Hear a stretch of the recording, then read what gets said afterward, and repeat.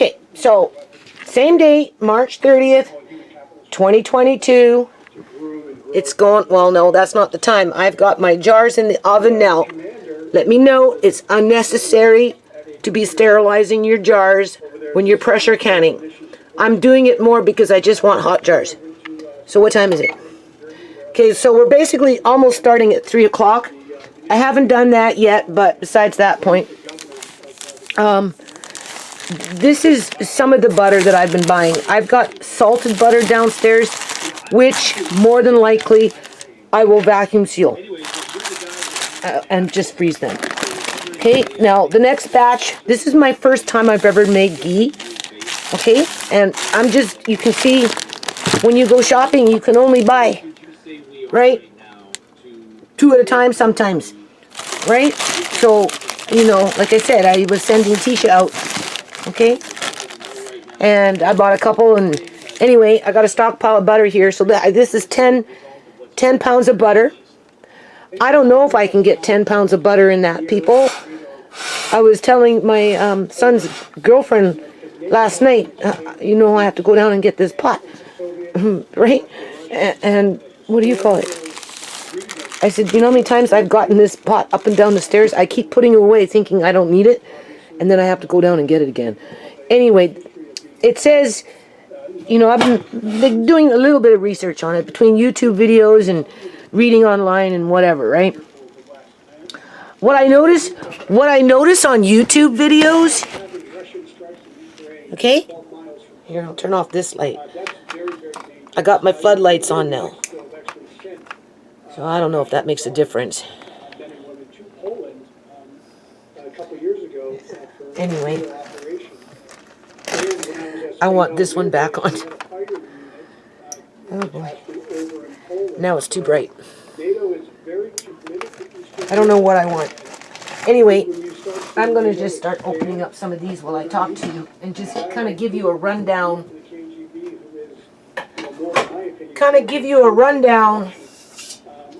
On what I'm doing here, right? Okay? Now, when I'm watching YouTube videos, you know, I'm looking at, first of all, what kind of pot they're using. Okay, because butter can burn on the bottom of a pot. Okay? You're trying to avoid that from happening. And I've noticed that some of these pots that these women are using are just with nothing. They're just straight up metal, right? They're just the stock pot. It's just a stock pot that they're using versus a pot with a insulated bottom, okay?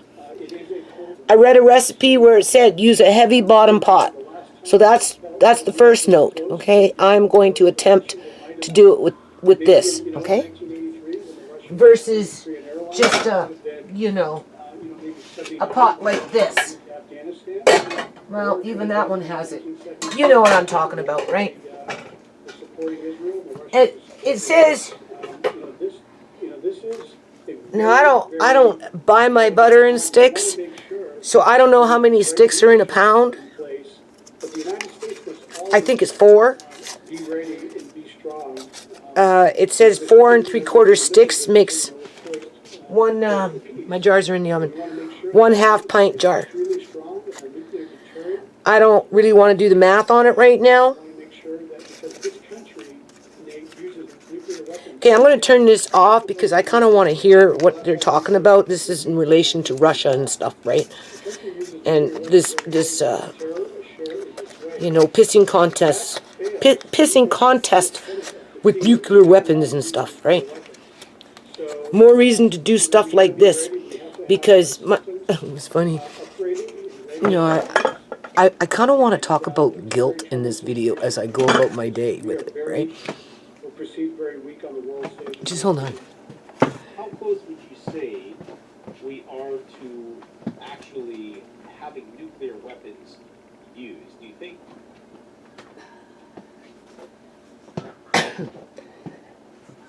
When I was going up and down getting the butter and getting the pot, and I just told my son, I have to do this because these have been sitting in the fridge, right? They've been accumulating, you know what I'm saying? And I got to get on with it. Plus, I've got cream real cream to make butter to do it again. Only we're going to do it a different way next time, right? And then, but the first two batches, I'm going to focus on making ghee, which is kind of like a clarified butter. Okay, now these are things that I'm just learning because it's not anything that I've really incorporated into my diet over the years, but ghee is the better choice to preserve long-term food storage versus just trying to can butter. There's a difference. Butter by itself, when it's melted, has water in it. And water, I've always said this, people, always. Water is the conductor to spread germs. That's a fact of life. Right? And water likes to travel.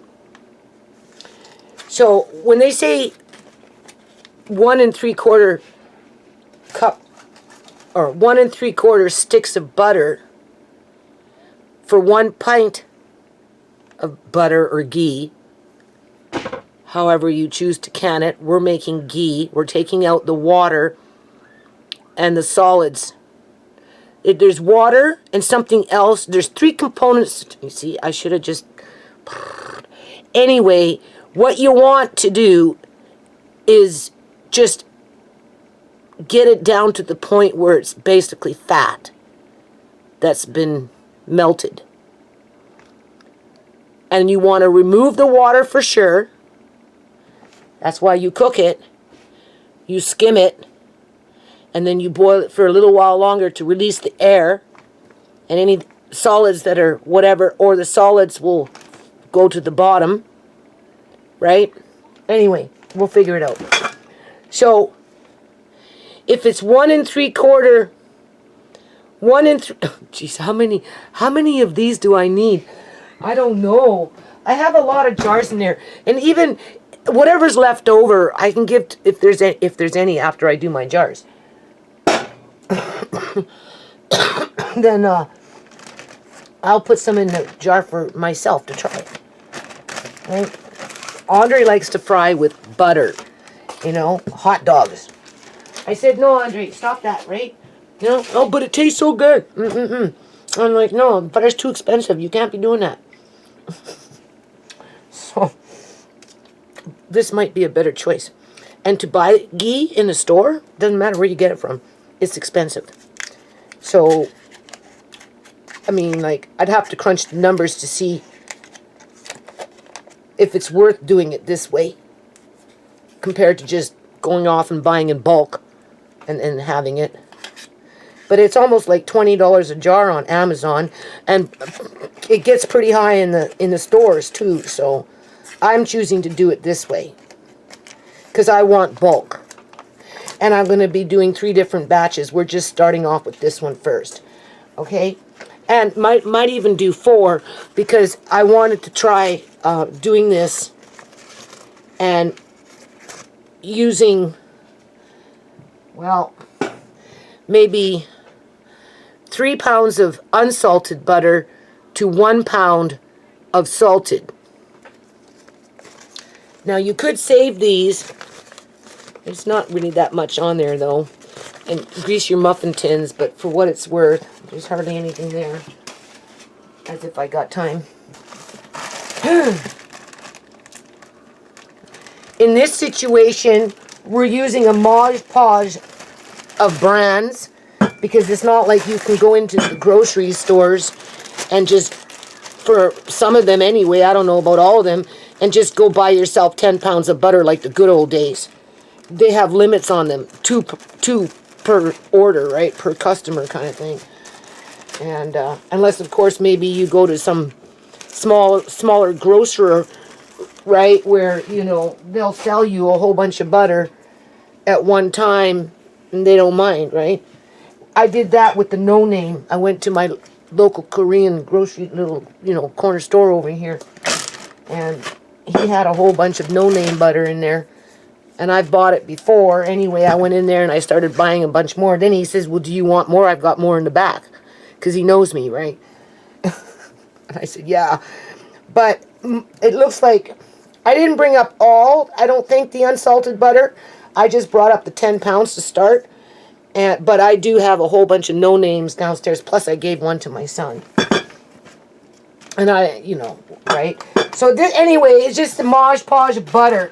And with this batch, we're going to just do it completely unsalted. And then I will attempt at some point to do, like I said, 3 pounds of unsalted to 1 pound salted to see if there's a difference. Otherwise, if you start using salted butter, apparently your end product becomes very salty and people don't recommend it. Unless, of course, maybe that's what you want. But, my goal is to have the fat, the shelf-stable fat that's healthy, readily available in the future. Where it's like that powdered milk. Like, I have no stress when it comes to milk. Trust me. I got 44 keys, 44 pounds. I don't know. Anyway, I got a lot of powder milk. And that was just the whole milk. And then I've got the skim milk yet. That comes from that particular company. So I don't know. So I don't want to do the math and try and figure this out other than how high I can maybe bring my pot to. Because either or, I probably have enough jars in the oven.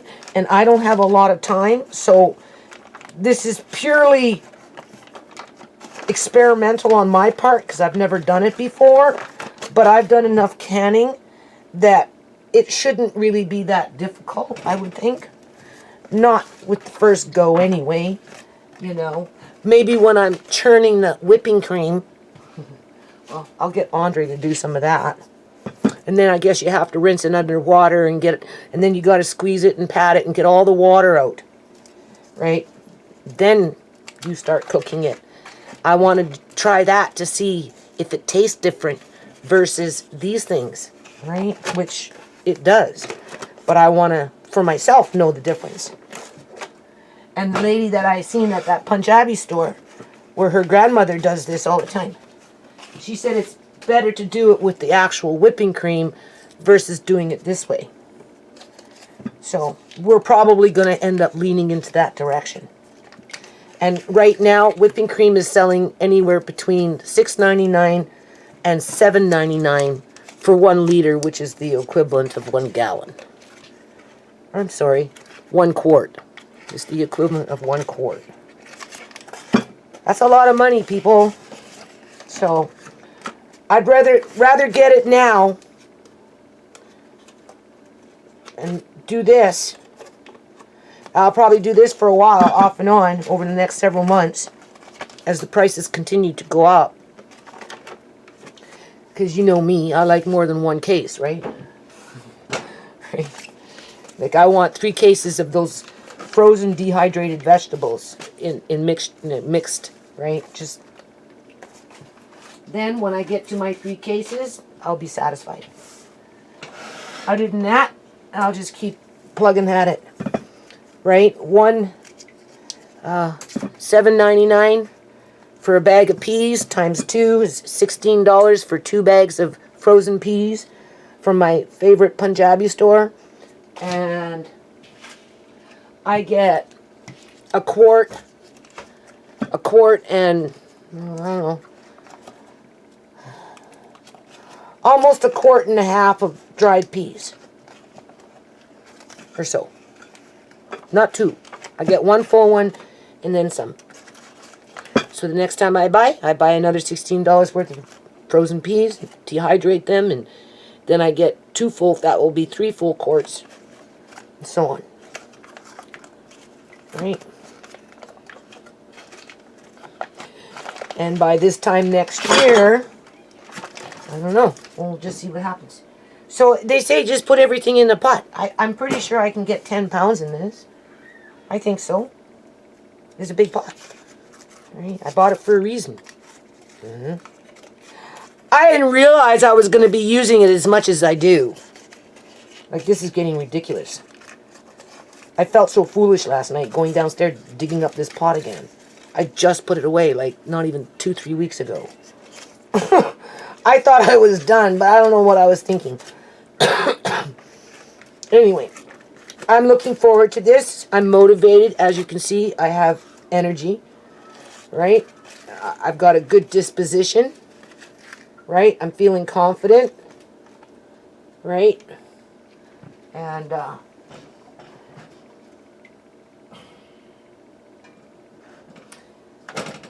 I think we can get this done. Yeah, I'm not even trying to cut this up right now. Maybe later. Right. Now you see Amari's on the bed right now because Andre's outside playing with his friend. So, currently, you know, you just seen how he's getting rambunctious. So, tomorrow, when I'm not doing this, I got a little while yet, right? Because I can pencil him in pretty good.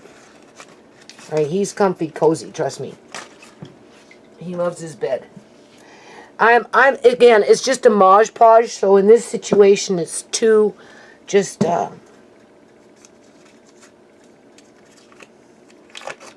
no name. So, it's the fact that it's unsalted butter, right? It's the fact that I myself don't personally like to cook with coconut all the time. And, you know, I don't trust necessarily storing fats like oils, like liquid oils, right? Those Okay, Cindy. I got a video converting. Hold now, on. if I was to report this to YouTube. Hold on. Okay, that was the video that I did before I'm doing this in terms of, it's called YouTube Stalkers and working towards making ghee. Okay, and that's now, this is a new video where I'm actually making it. And I'm not only making it, but I'm going to can it. And then I'm going to make plans to do it again. And then I'm going to make plans to do it again. And after I'm done doing those things, then I will probably attempt to do the 3 pounds of unsalted with the 1 pound of salted, just to see what kind of flavor I get between them, right? Boy, this melts fast. So I'm gonna turn this down. I don't know. And I don't know what I was saying. I've been up since 6 o'clock this morning, people. Okay? You see, these things, you could just fold them up and put them in your freezer. And then when you're ready to do muffin tins, you could just, okay? I mean, that's an old grandmother's trick, right? Everybody knows that. So maybe I'll just waste not, want not, right? Andre always wants muffins, so there you go. So, okay, we know I'm going to throw those in the freezer in a bag. All right. How many? Oh, one more butter. Okay? And then after I go through all that, I'll have 1 to 2 cases of this stuff, which will suffice. I'm choosing to use half-pint jars because through my reading and whatnot, they don't recommend canning milk, right? In general. So that would apply to butter. However, butter is a lot of fat, which is different than water, which constitutes with the milk, okay? What we're doing here, oops, I'm not paying attention. What we're doing here is we're just creating the fat. Make sure you double check and there's no paper, right? What we're doing here, see everything glares for me, eh? Is bringing it down to a fat state.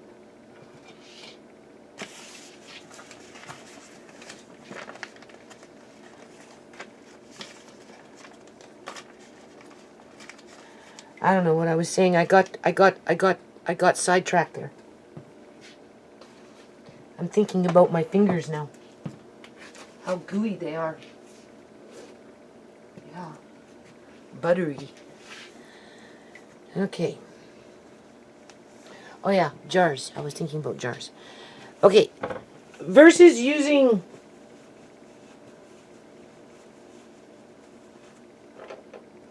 a pint-sized jar, right? More people lean more towards using a half-pint jar. If you can do a wide rim, wide mouth, right? It's better only because of the, doing that cut stuff, right? But outside of that, a jar is a jar as long as you can seal it properly, right? When you do meat in a pressure canner, in a pint-sized jar, you're looking at 75 minutes. Meat has fat. It's got to be 75 minutes.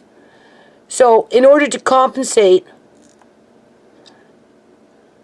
because when you can butter, even if, now I don't know if this applies, yeah, I would think it applies to making ghee too, because you can burn the butter as you make the ghee, but it really is not it's not the end of the world. You can still eat it. And I guess through making ghee and browning it, it becomes more like caramelized, kind of like what I did with the coconut butter, right? But it didn't destroy the food. It just maybe made it taste caramelized, right? And even then, honestly, I've eaten a couple of those, that coconut butter, because I should. I'm getting older, right? And it I didn't notice anything outside of maybe the color.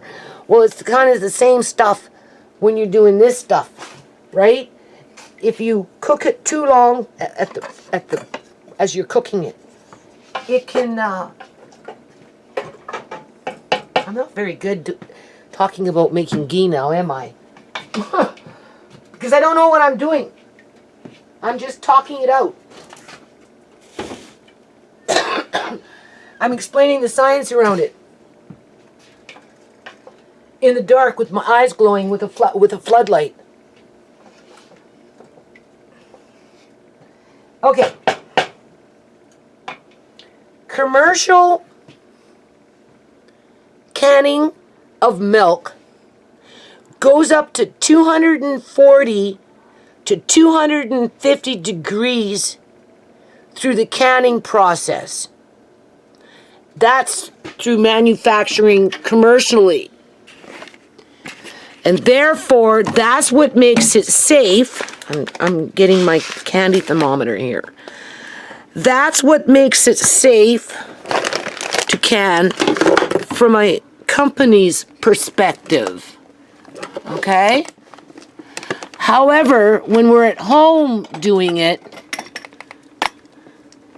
not everybody brings it to that temperature, which can make it unstable to can because of the botulism spores that could possibly develop because of the water and I guess the solids. There's something else in there that can be a conductor for botulism to grow. So, if you were to can butter before you would do the ghee, being that it's a animal product, okay, you would still have to cook it for that 10-minute period, bring it to a boil, and then turn it down just so you don't scorch it and boil away all the liquid, but you keep it kind of like going, right? For at least 10 minutes as a backup. Does everybody do it? No. Some people take the chance, scoop into it, spread it on their bread, and eat it as is. But you're taking a chance because it's butter. And it wasn't commercially canned. And you probably didn't bring it up to the right temperature. However, I read that botulism spores are killed off within 3 minutes at a certain temperature, and it fluctuates between, oh, I don't know, I'd have to double check it, but I didn't get a definite answer in terms of the actual temperature outside of maybe 240, 250. Okay. But when you make ghee, it's different because you don't have the water in it anymore, and you don't have the solids. Yeah. I'm doing a video, but what? I was just gonna ask maybe. No. Sorry. Soon. I'll be outside soon. What you can do is start cutting up some of that wood, even if it's just a little We bit are here. breaking. We are actually breaking it. Yeah, well, just get them ready to chop up. I know. We're getting them ready.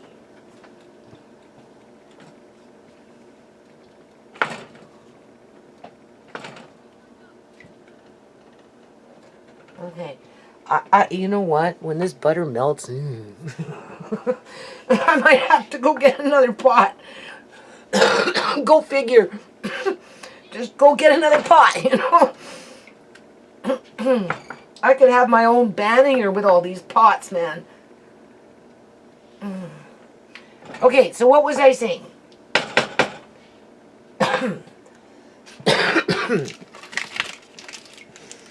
Oh, I need my magnifying glass. No, I can't see this. Oh, God. Anyway. Okay, what was I talking about?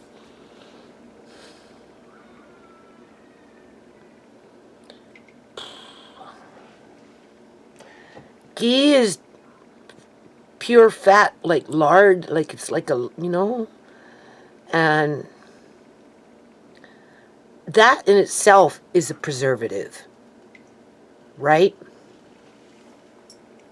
Under the right conditions, that is. Okay. I'll work on it. We know we're making at least 2 more batches, probably 3 after this over the period of the next couple of weeks. Like this stuff in the whipping cream, I'm going to have to do in a few days from now. Because I want to just, right, whipping cream is fresh, just bought it, and I just kind of want to get on with it and, you know, get things going, right?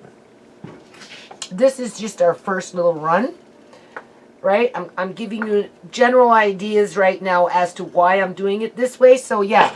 So, if you're going to use a pint-sized jar, right, to can your product in, whether it's butter, I don't know about ghee, but definitely if it was just butter that you were canning, okay? If you leave it in the canner for 75 minutes, what happens is it, I don't want to say overcooks, but at the bottom of there, right, it's starting to brown, okay? And I don't know. Is that a bad thing? One person said throw it out. But why? It's not, because it tasted burnt. Well, if you're doing 10 pounds of butter and you happen to burn it a little bit on the bottom, the last thing you're going to want to do is throw it out.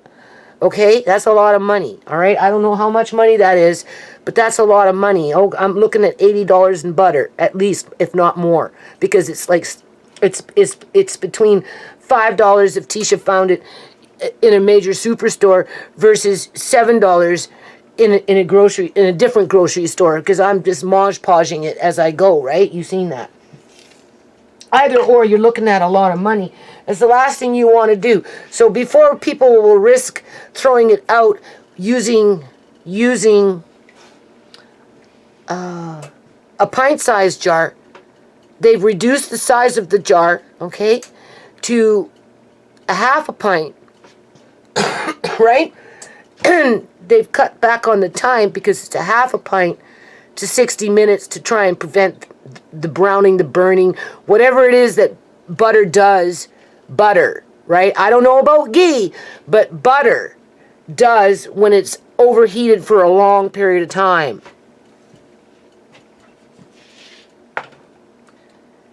Okay?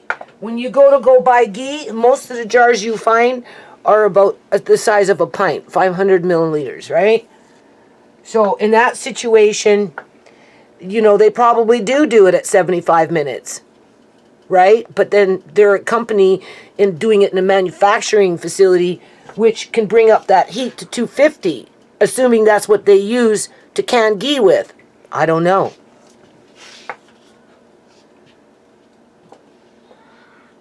So I got a whole bunch of half-pint jars. We're starting off with half-pint jars first, and I'm going to do it at 60 minutes because to me that sounds reasonable.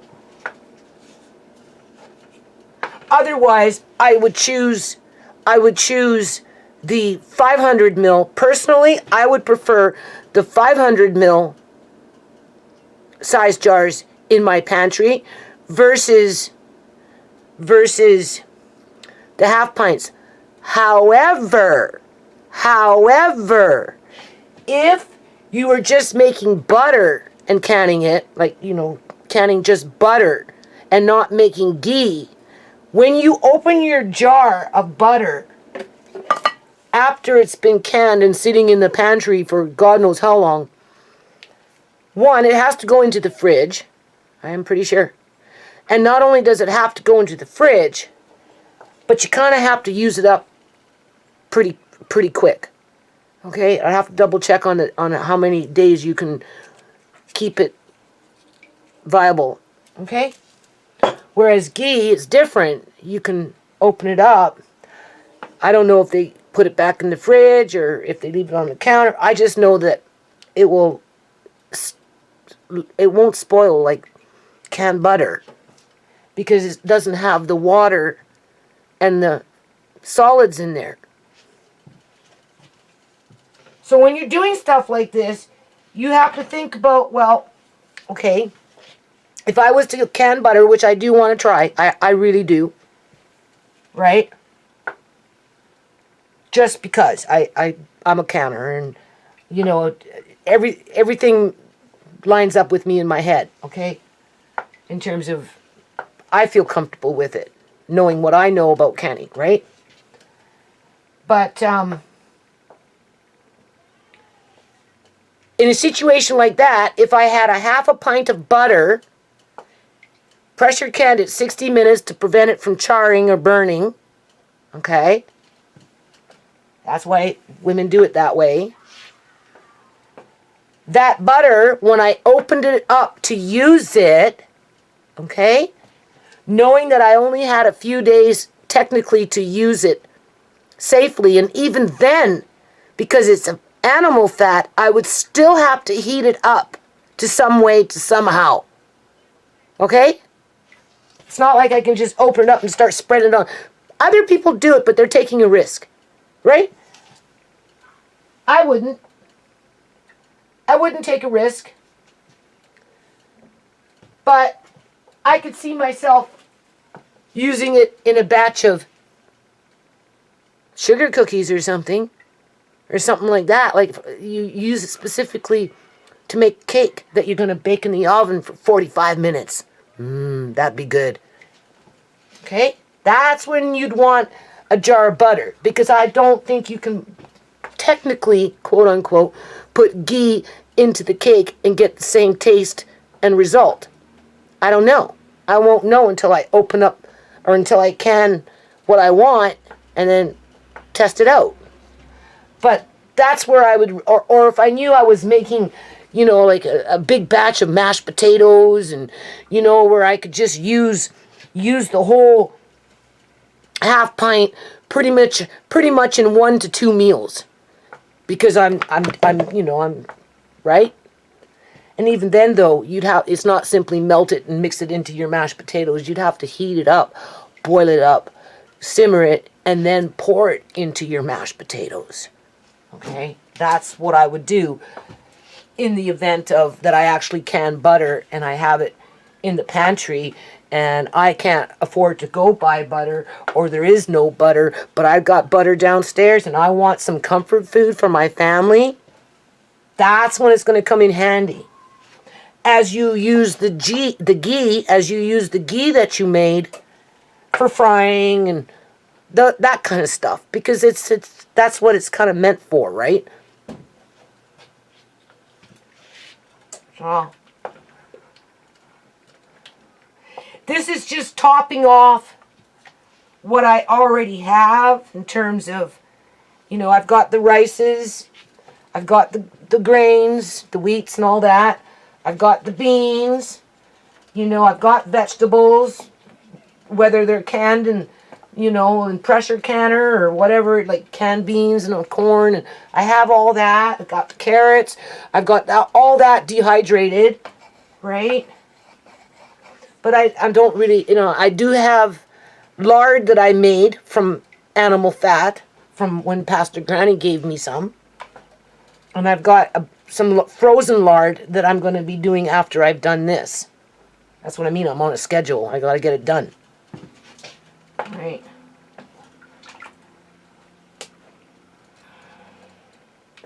And because the amount that I'm choosing to do, before I know I'm satisfied, and I get to experiment with the different textures and flavors of how I do it, right? Then, I'm good. And as, it's like I told my son, right? If you're going to use, you have to replenish it, right? You can't just eat everything and leave nothing behind, right? You have to eventually put that investment back in there. So anyway, I think we're going to be okay for size, for height. I'll show you. And then what we're going to do now,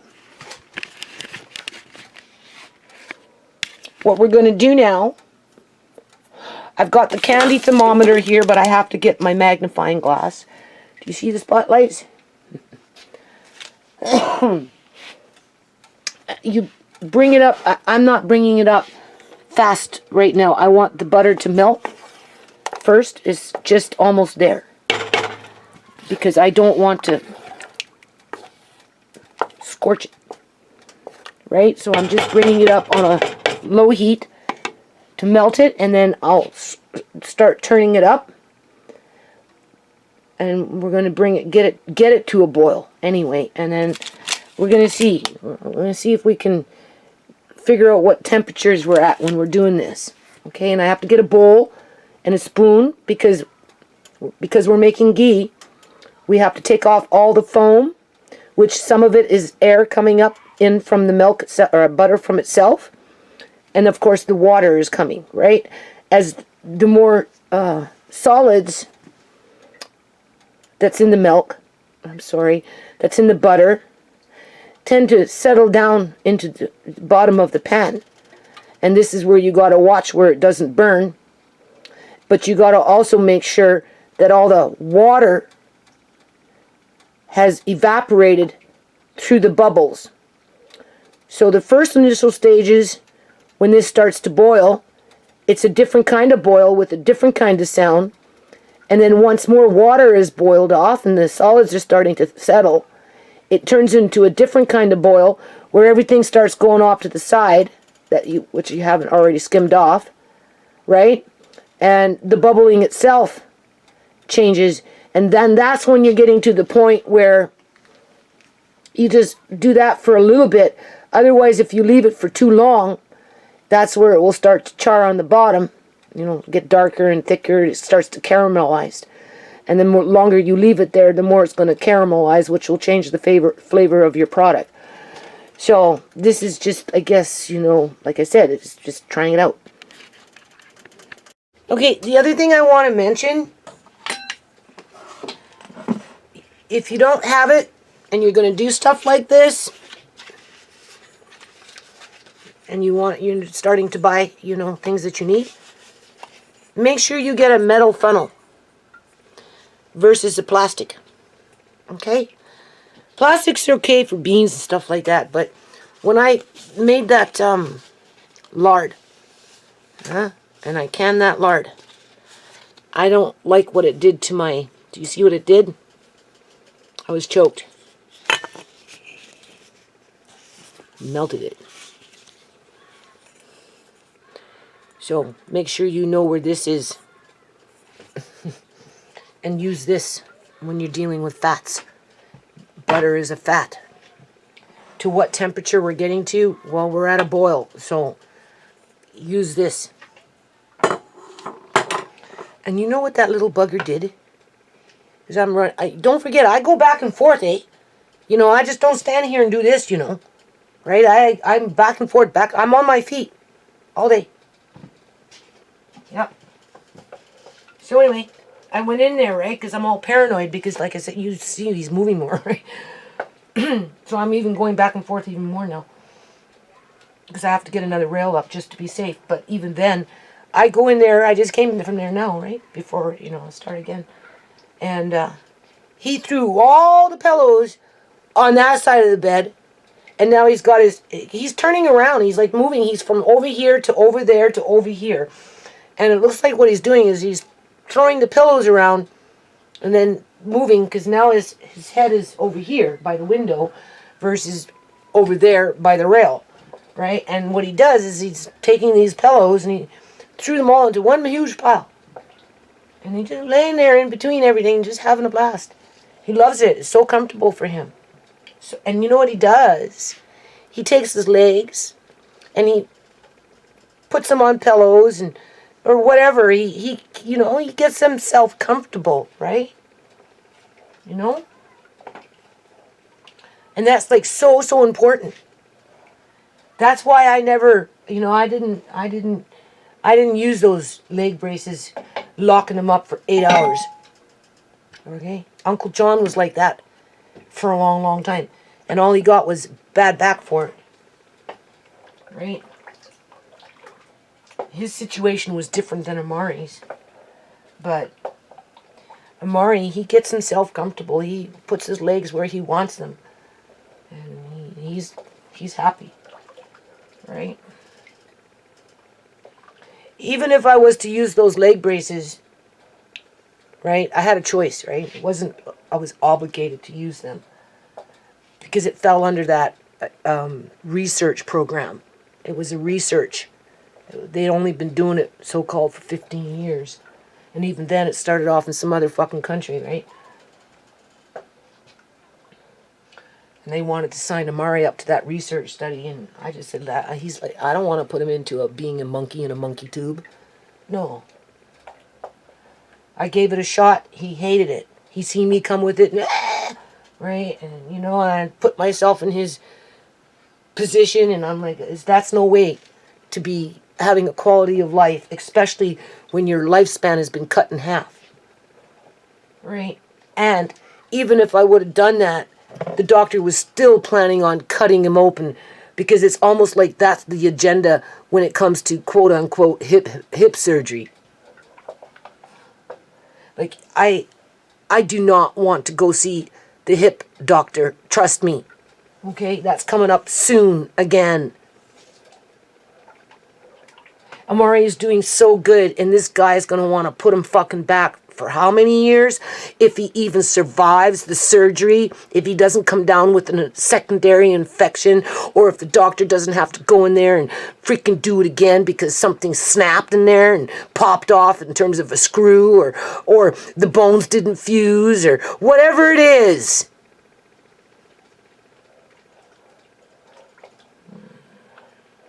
Okay, I'm not going to get mad. I'm not going to think about it right now. He's doing really good. We can see that, people. He's not showing any pain. As a matter of fact, he gets himself comfortable. And he has, I don't want to call him pillows resources, but he has the resources of the pillows and the blankets, whatever, that he puts his own leg up or does whatever he likes to make him. And I come in and he's like, just, just all kosher, right? And he's grinning at me.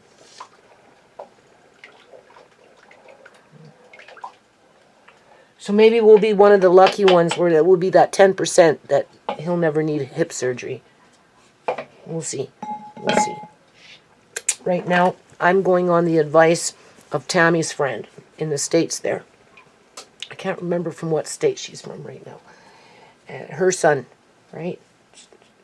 She gave me advice. And just put it off for as long as you can. And that's what I'm doing. And in my opinion, he's doing really good. Okay, so now I almost want to go show you what he looks like in there. So now you can see the bubbles are starting to come to the surface here. So we've got it on 4. I'm sure I don't have it as high as I should have it, but I'm choosing to heat mine up slowly because obviously see these white bubbles. Okay, in part it's just, I don't know. I will next time I'll read again. The next time I do, I'll take some notes so I know what I'm talking about more. But anyway, we want to bring it to a boil, and we want to boil off this as it's coming to the surface. And it's prolific at some point because of the air. Bubbles are a result of air, right? Coming because of you're boiling off the water, which grabs onto the oxygen, I guess, and brings it to the surface, and that's how you get the bubble. And then the water within the bubble, it bursts and it goes into the atmosphere, right? I think that's the principle behind it. But you have to keep boiling it, though, because there's a solid in here that you don't want that could be a conductor for the botulism. Okay, so hold on. Okay, now he's pulling the pillows on himself. He had all these pillows over here. Now he's pulling them back because he can reach them. And he's just being a little Mr. Goofy in here. He's so comfortable. He found himself a teddy bear. See? He's got his teddy. He's got his little blanket. What's he doing in here? So look what he does. This is what he does, people. Right? Where did you even get that? See? This pillow was over there. Seriously, that's a big-ass pillow. And it's heavy. See? He had his feet all nicely covered up with the pillow, so he's nice and warm because the window's open and it's a little breezy. So he knows how to keep himself warm with pillows, although if you throw a blanket on him at night, he throws off his blankets all the time. Right? He's just having a blast in here. Aren't you? Huh? You're just moving around having a blast. Hey? You're so comfy, cozy. Look at this. He did all this. He just threw everything over here. Before, they were over there. Then he wormed his way, and he's now this way. Okay, so now remember, I don't know what I'm doing here, but as you can see, you're getting more of this white foam, right? Now, I really like this kind of spoon, especially when I'm doing jams and stuff like that, right? Because it says to keep stirring, but the thing is, when it starts collecting on the bottom of the spoon, at the bottom of the pot, I should say, you're not really wanting to scrape it off and combine it back in. Do you see what's happening here? Remember I told you there's solids in it, right? You're not really wanting to do that, okay? Because those solids have to go to the bottom of the pot, and then you got to catch it just before it starts to caramelize in terms of burning the butter, the fat, okay? So it has that aftertaste, eh? However, it's okay if you overcook it a bit. One Punjabi lady that had a YouTube channel there with a video on it, she said, you know, you can't really go wrong doing this, right? So if you caramelize it a bit, don't worry in terms of, you know, if it's darker on the bottom. But at some point, you know, I don't know if I start taking off this foam now or if I wait until it actually starts to boil. And as you can see what I'm doing, I'm taking it right from the bottom and I'm trying to stir it. However, I'm probably defeating the purpose by taking off that surface because we want it to collect on the bottom. That's the part that we don't can. We can eat it later with popcorn. So when do you start taking the bubbles off? Should I turn it up a little bit more? And when you stir, I guess you don't really rub the bottom on it, okay? You just keep stirring it.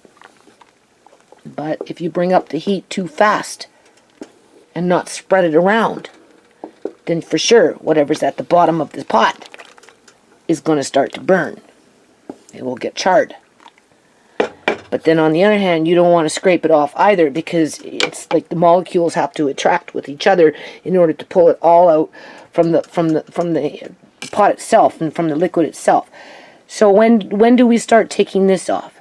It's not boiling yet. I think you wait until it's actually boiling before you take it off. So maybe I'll just turn it up to about 8. Yeah. Oh, great. Isn't that just lovely? I have another one. I like these spoons. Oh my God. Can you believe this? Talk about a slippery spoon. But it's so good. Okay, so now it's coming to a boil. So we're at 8 now. I don't know what the temperature would be. Now, anytime you're doing things that foam, you have to pay attention to them because they can come up fast and overflow. One method I have to control that is if it looks like it's getting out of control, there's only really 2 ways to do it. Either one, blow on it and keep on blowing to try and keep it down, or just directly take it off the heat. If you see it coming up real fast, you just take it off the heat, okay? And that will immediately start to lower that whatever's going to be bubbling up over the edge. And being that this is butter, you know, I don't know if it would catch on fire on a burner, right? I don't know.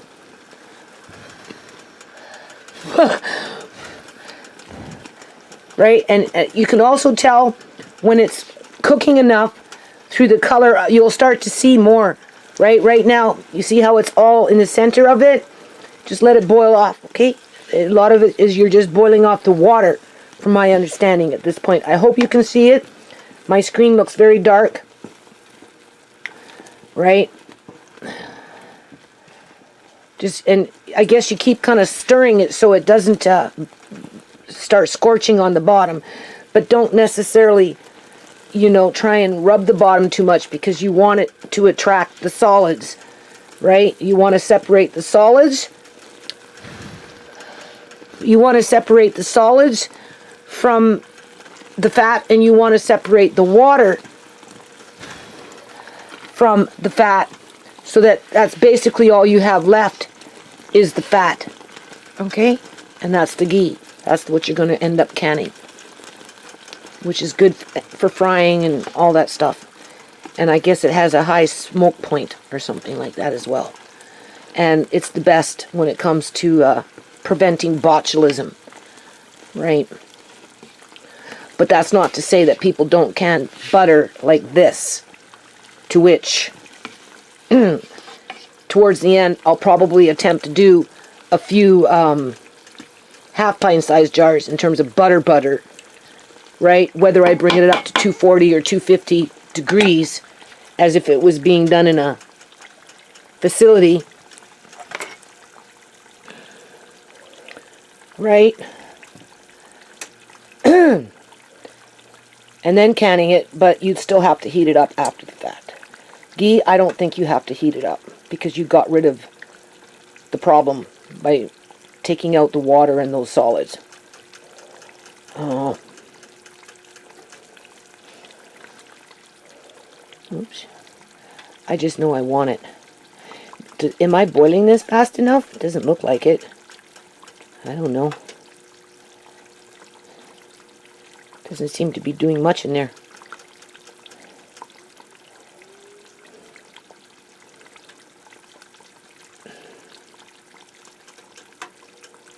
Where are we at? 200. I don't know. It's hard for me to see.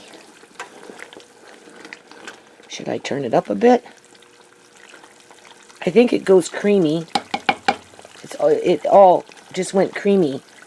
Can you see that? It's all creamy. What happened? Oh God, God forbid. All I have is boiled butter. Oh yeah, go figure, right? Maybe I should be boiling it faster. I don't know. Because it's supposed to come out looking different than just creamy. I don't think that's right. I don't know.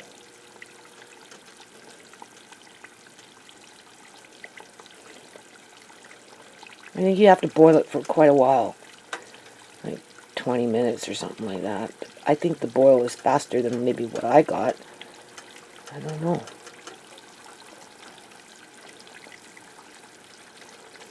Maybe I need to turn it up.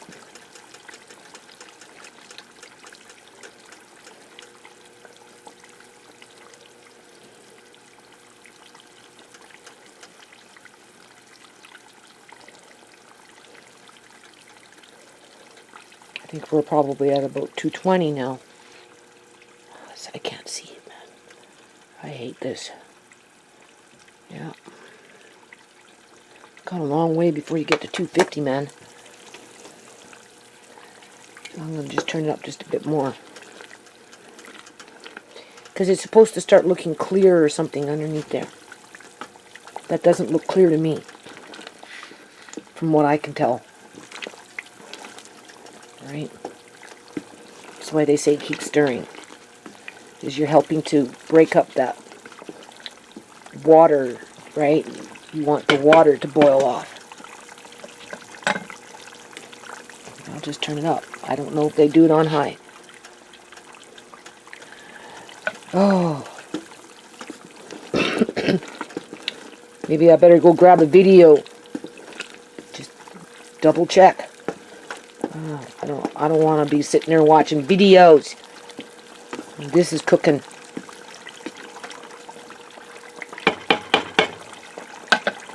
So you bring it to a higher boil, you get bigger bubbles. But it's not ready yet. Right? You have to boil off everything and have those solids sink to the bottom. And it's not anywhere near close, I would think.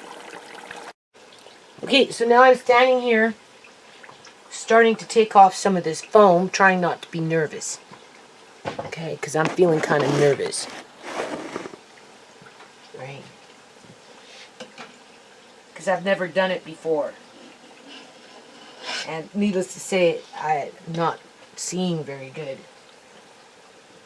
It just in general.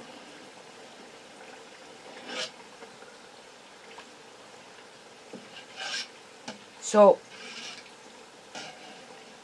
one lady that did a YouTube video, I should probably see what I can find and I'll just link them in, okay?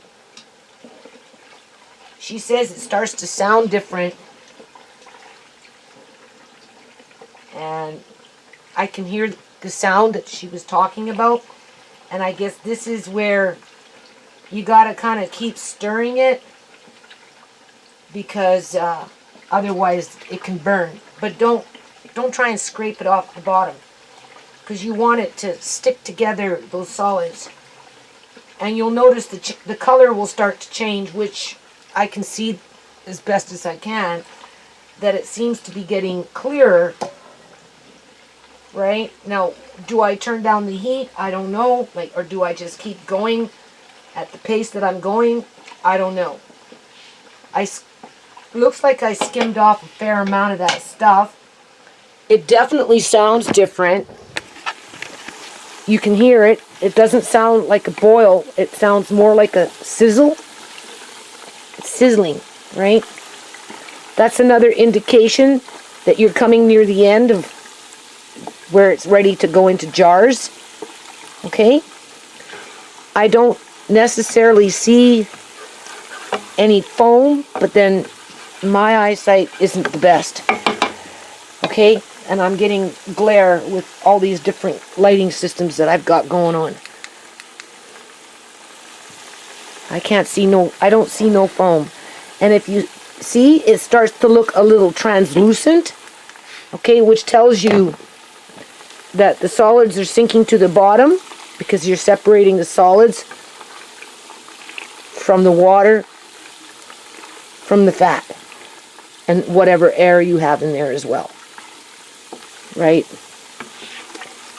You're boiling off the air and the water as the solids settle to the bottom of the pan, but you're trying to not burn your pan. So as I'm scraping, well, I'm not scraping, as I'm coming to the bottom of the pot here, I can feel the solids accumulating. Okay? Now, if I had a tall pot like that, then I think one woman tipped over her pot just a bit so she could look at the bottom, but it would be too difficult to do it in this one. Right, I like this pot. I can do this without burning my hand. Long pot, you have to, you could maybe burn yourself sometimes. So when is this done? I don't know. I don't think it's done yet, because if you can see it looking kind of cloudy. So we'll just see if we can grab a few more of these little bubbles. Right? See? Do you see? You don't want that. That's the stuff you don't want. You can have it with popcorn. You can cook a steak with it. You can put it on your potatoes. You could mix it in with your macaroni and cheese. You could put it into your vegetables after they've been cooked. You can do lots of stuff with that, okay? So don't think you're wasting it, because you're not. And I suspect if you couldn't use it all at one time, you could probably freeze it and use it at a later date. Okay? If you're just a single person doing this for yourself and you just want your own little stash and you don't know what to do with all this excess butter that, you know, you paid good money for, you don't want it to go to waste. Right? So, if I had to, I would freeze it, but I'm already planning on making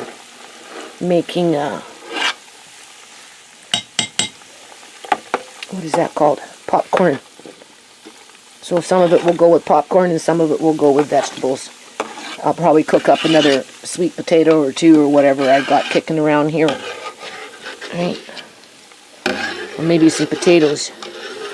So yeah. Okay. Now the sizzling is slowing down, but you can see what's going on the sides here. Right?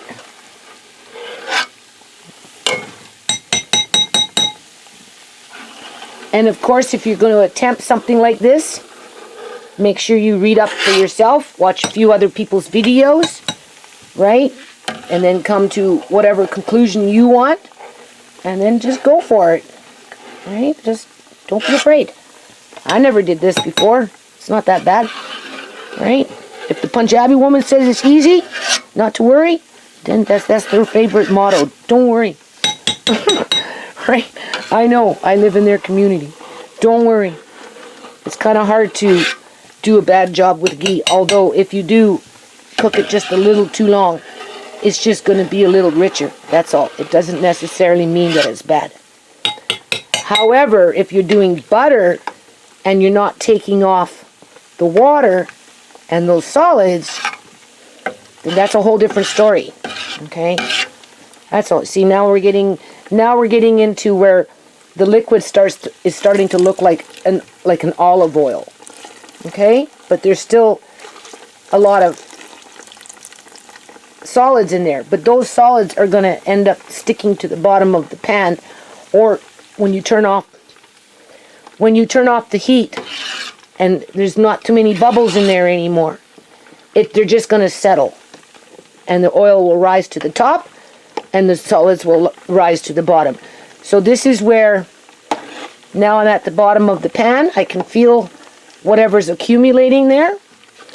I would almost say that this is done. Okay, these are just air bubbles because I stirred it. Okay, I think I'm getting to the point where that's where it's supposed to be, because to me it looks like oil. Now it's starting to look like oil, so I'll just give it maybe 5 more minutes. Right? They say give yourself 5 minutes. So I'll just, no more than 5 minutes. Okay? That's what my gut tells me. Okay, I guess you don't turn off, I'm doing it fairly high on the stove. You can see. See, these are just pretty much air bubbles. So now, for whatever reason, we're going into air bubbles. A whole lot of air bubbles. Okay? So I don't know. But definitely looks like oil now. And I think basic physics. Boy, what's going on? I think basic physics has whatever else solids that are in there as it starts to cool will, I wonder what the temperature is on this. I can't, I got the camera in my head.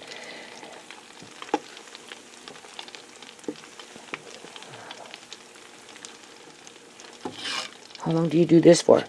What happened? Did you see how that changed in front of me? What's burning? What's happening here, people? Why am I getting all these bubbles all of a sudden? Am I burning off more water? Like, what the hell's going on? What the heck is going on? I don't want to burn it. Because to me, honestly, it looks like maybe I'm over stirring it. Oh my God, nothing's doing anything. It's just doing nothing. Stopped. It's not even boiling. I turned off the heat. Something happened here. That's weird. What happened? What did I do? Maybe I overcooked it. And it looks like this foam is just getting higher and higher. Hold on a minute. Okay, I scared myself. I don't know what I did, but I ended up turning off the stove, turned off the camera, panicked, because it kept rising. It got up to here, and I'm like, holy crumb. And as I was going to the sink, it was up to here, and I'm like, holy crumb. I went and got the pot, but you can see what's happening here now with the heat off. Whew. So now this is, I think, where we just let nature take its course. And I think this is where they say, once you get to that point where you can hear it change in terms of how it's sizzling, and you just let it sizzle for a little while, and you can see that it's starting to look like an olive oil, okay, like I showed you.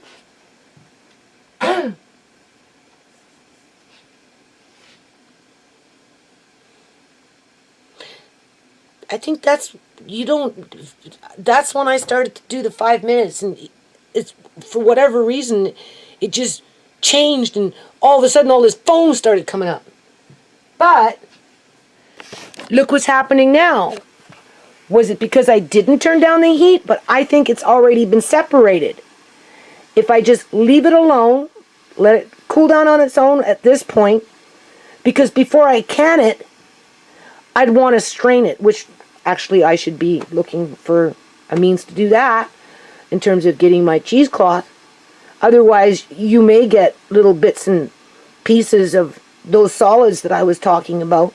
The water has basically been boiled off, okay? That is not an issue anymore, okay? Where the issue would be with any solids floating around, okay? When you can butter by itself as butter and nothing more than butter, then you've got the water and the solids in it, and that's what could be potentially dangerous when it comes to botulism.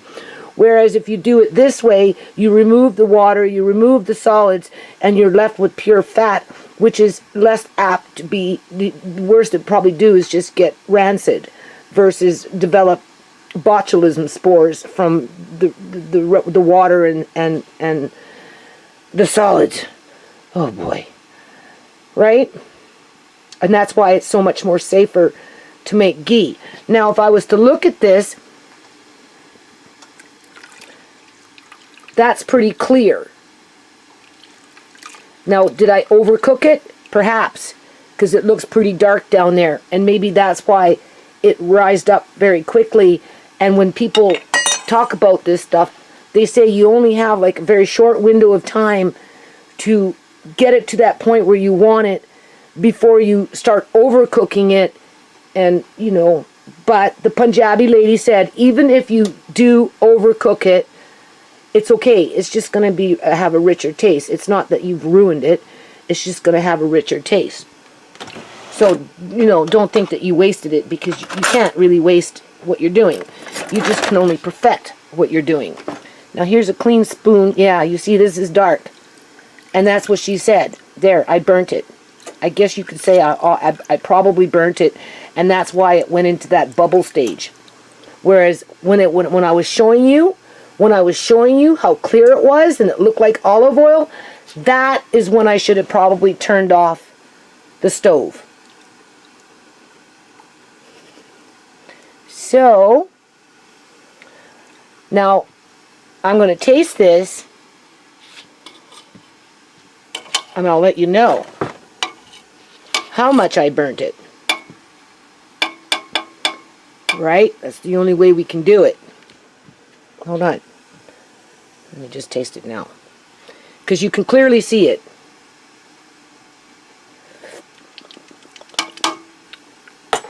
Well, it doesn't taste like butter in the traditional sense of butter, as if you just had a scoop of butter. When you start to brown it like this, it develops more of a nutty flavor, and I'm finding that to be true. Because if I was to place this as a taste outside of butter, which you can get a sense for it, but not if you're looking for butter. That's why I'm even willing to try canning butter, okay? Because if I wanted butter for cake or whatever, a specialty, something's just butter, right? And I know I'm going to heat it up and bring it to that, 10-minute boil before I disperse it among the food that's being consumed, then I want that. Because this, I could see good for frying, for sure. Right? Now, the longer I leave it here, oh, and that's another thing. You're supposed to take it off the burner when you're done. Otherwise, it keeps getting darker and darker and darker. And that's what's happening. Okay? Oh, boy.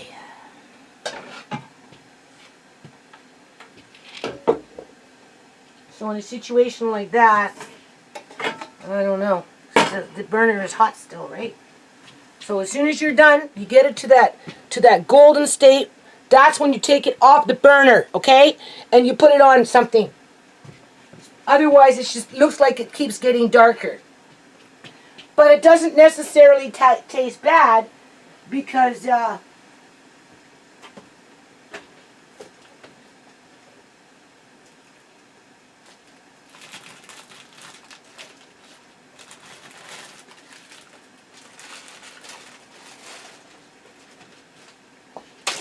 there's that truth to it. It tastes more like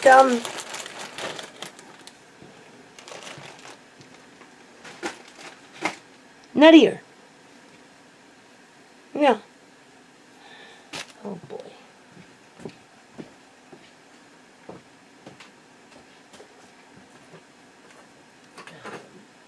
See, and always have these things. Jeez. Always have these things ready. Like, where's my cheesecloth? What the heck? Oh my Lord.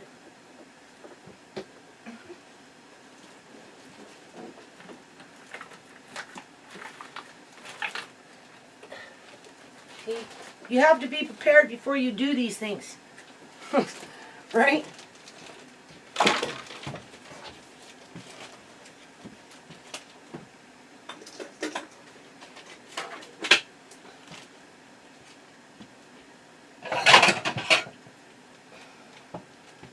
But that's okay. I trust what that Punjabi woman said.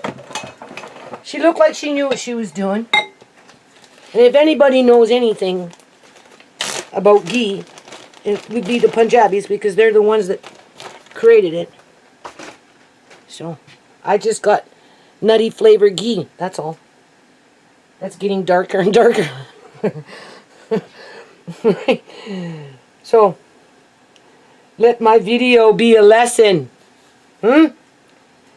Now, when you do this, with a cheesecloth, make sure it's completely dry. You do not want to introduce any kind of water under any kind of circumstances. Okay? That's important. I guess it's a good thing that I plan on doing this a few more times, eh? You would think by the end I'll have it all figured out. So now we know you only got a small window, and that's true, before it goes into that funky foam. And if it goes into that funky foam, then yeah, you're looking at burning your butter. But if you burn it this way, chances are it's just going to have more of a nutty flavor that you can work with when you cook your meals. Because this is just an alternative fat source for frying and stuff like that, right? And yeah, you want to get it off the heat as fast as you can, that's for sure. Because this thing got darker in just a little bit of time that I've been talking.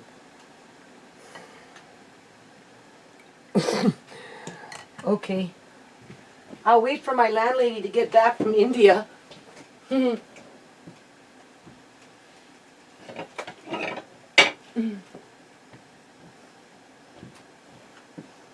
she'll come for her rent. I don't even know if this bowl is big enough. And she'll come for her rent. And I'll give her a jar of this.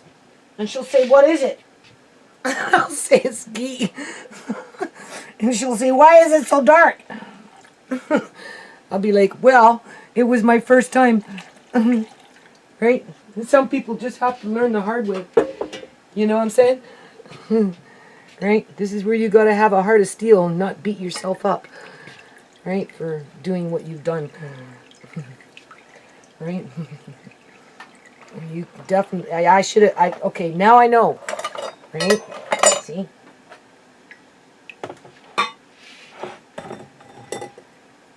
So you write on there, nutty ghee. Right?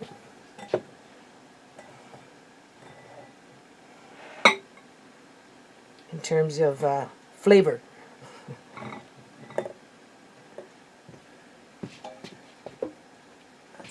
Oh yeah, I burnt it. Oh yeah. See, that's why women like to use those tall pots. Because they can bend the pot like this. It's a little easier for them to bend the pot. And then they can see it before it gets to this stage. I don't know.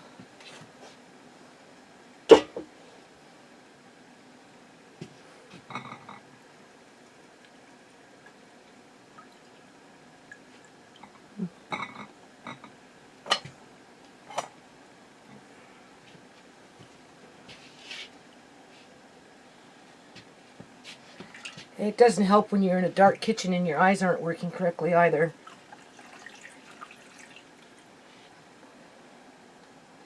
And the deeper down you get into the pot, the more you can smell it. In terms of it being overcooked. But that's okay.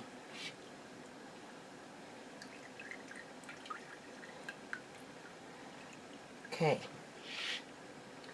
So definitely take it off the stove the minute you're ready to be done with it. Don't let it come up to that all of a sudden it looks like it's just going to overflow moment. Because that came up fast. And obviously I didn't understand what was going on until it was too late. And now I know. But that's okay. I'm going to do it again anyway.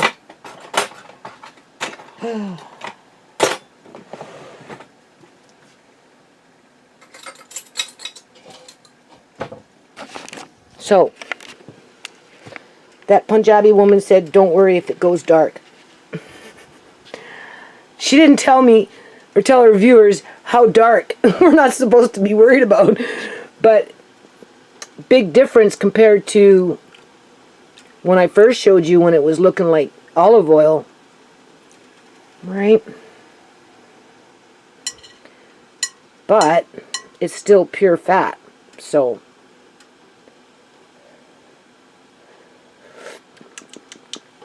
I'm tasting it.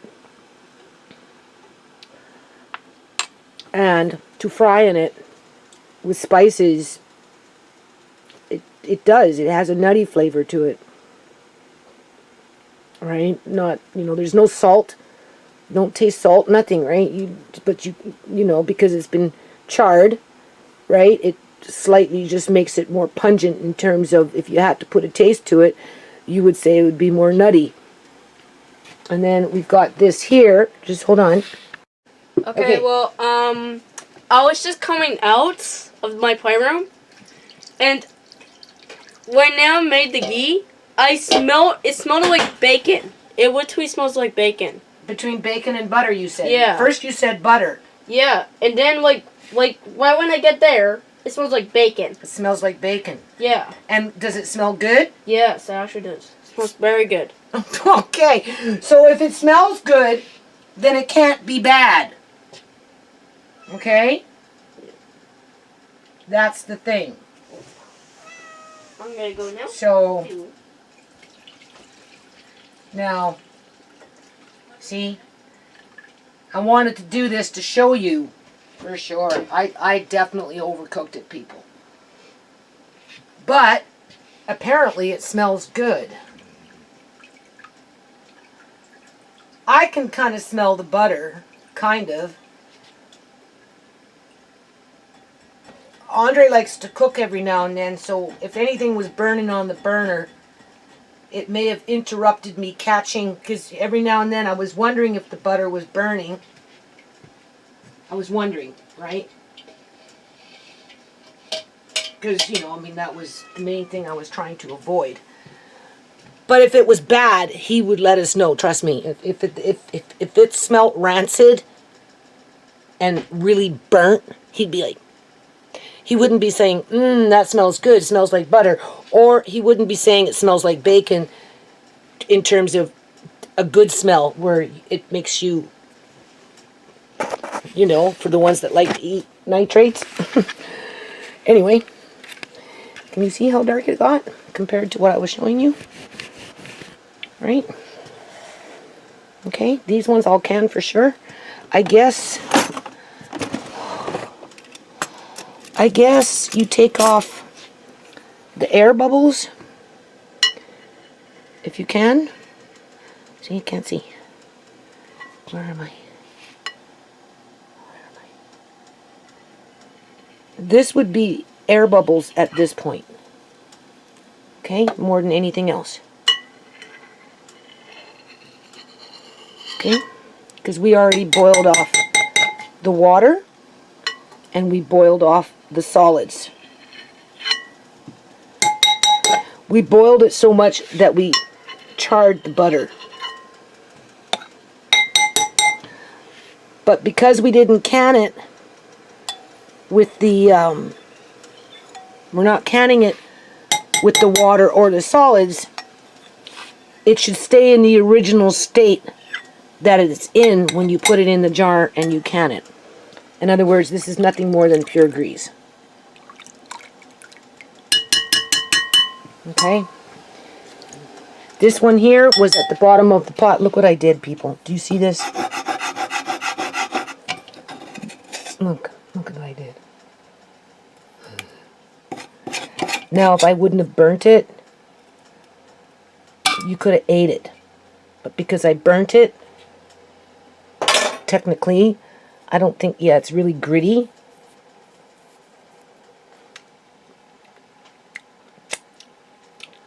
But honestly, it doesn't taste bad. And when they say it's unsalted, I don't know about that, people. I'm tasting salt. Okay, now is it because the solids crisped up and that's what's making it taste salty? Or maybe I had a pack in there that had salt in it. I don't know. But I could understand why.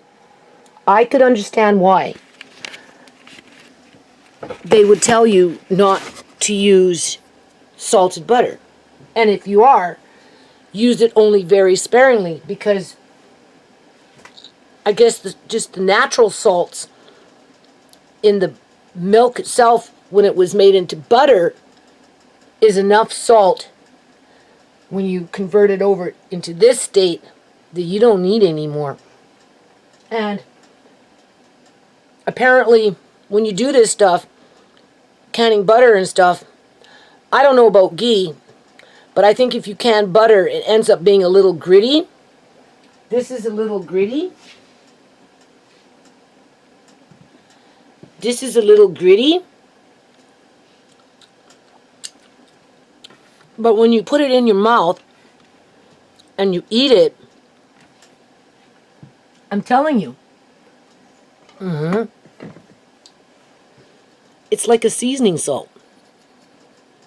It's gritty like a seasoning salt, and it's salted up like a seasoning salt as a base seasoning. And if you were to add just a few other little seasonings in there, you'd have a great seasoner for your meat. So, with that said,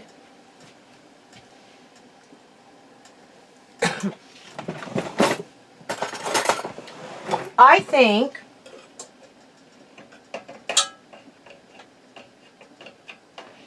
waste not, want not, doesn't hurt to try.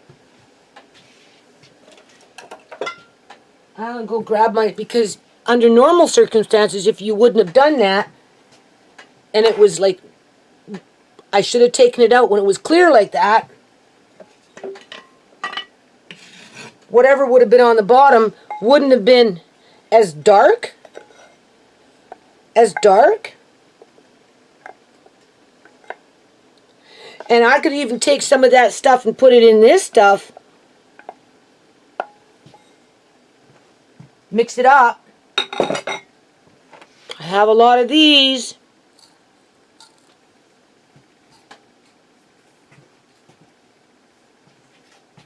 And then freeze them. And use them as rubs on meat and vegetables and stuff like that. Because it's almost like a seasoning. And it salted itself up. Probably because when the animals are eating, they're producing salt within the milk itself. But we won't know that until I just use plain up whipping cream. Right? Make my own butter with that whipping cream. Cook it. I'd have to bring it to a state where it's really dark like this in order to be able to compare them evenly. Otherwise, I wouldn't overcook it. As soon as I start seeing it clear like that, looking like an olive oil, that's probably when I would stop. Because it was only a few minutes before it started foaming up and it just wouldn't stop. It got to the point where I got scared and ran off to the sink with the pot because I didn't want it overflowing on my cupboard as I'm rushing around looking for another pot to pour it in if it looked like it kept rising. Even though I turned off the heat, I forgot to take the pot off the stove. That is crucial that you do that. If you were making jams and it was boiling up so fast and it's not going down, that's your only other alternative. Turn off the stove, take your pot off the burner. You don't even have to turn off the stove. Just take your pot completely off the burner. And then within seconds or so, everything will start to drop.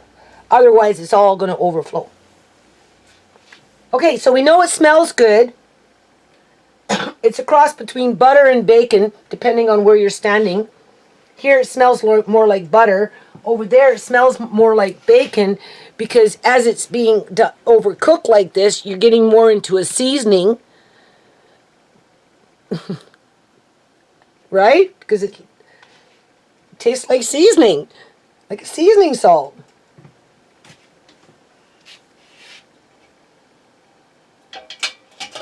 Okay. So we know what we're going to do with that. I'll just move this for now.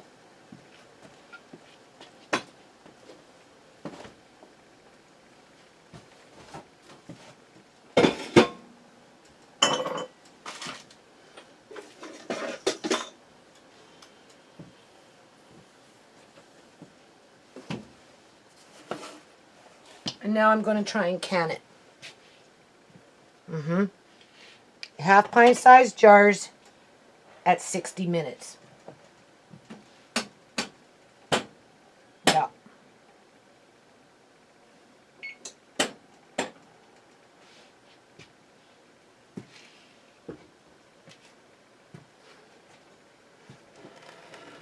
And then I'll make plans to do it again. Next, probably with making homemade butter first.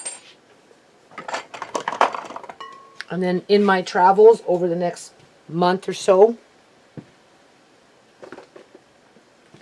I'll buy some more unsalted butter, 10 more pounds, and I will attempt to do it again. Only this time, I know what to look for, and I'm not going to burn it. And I might even attempt to use a different pot.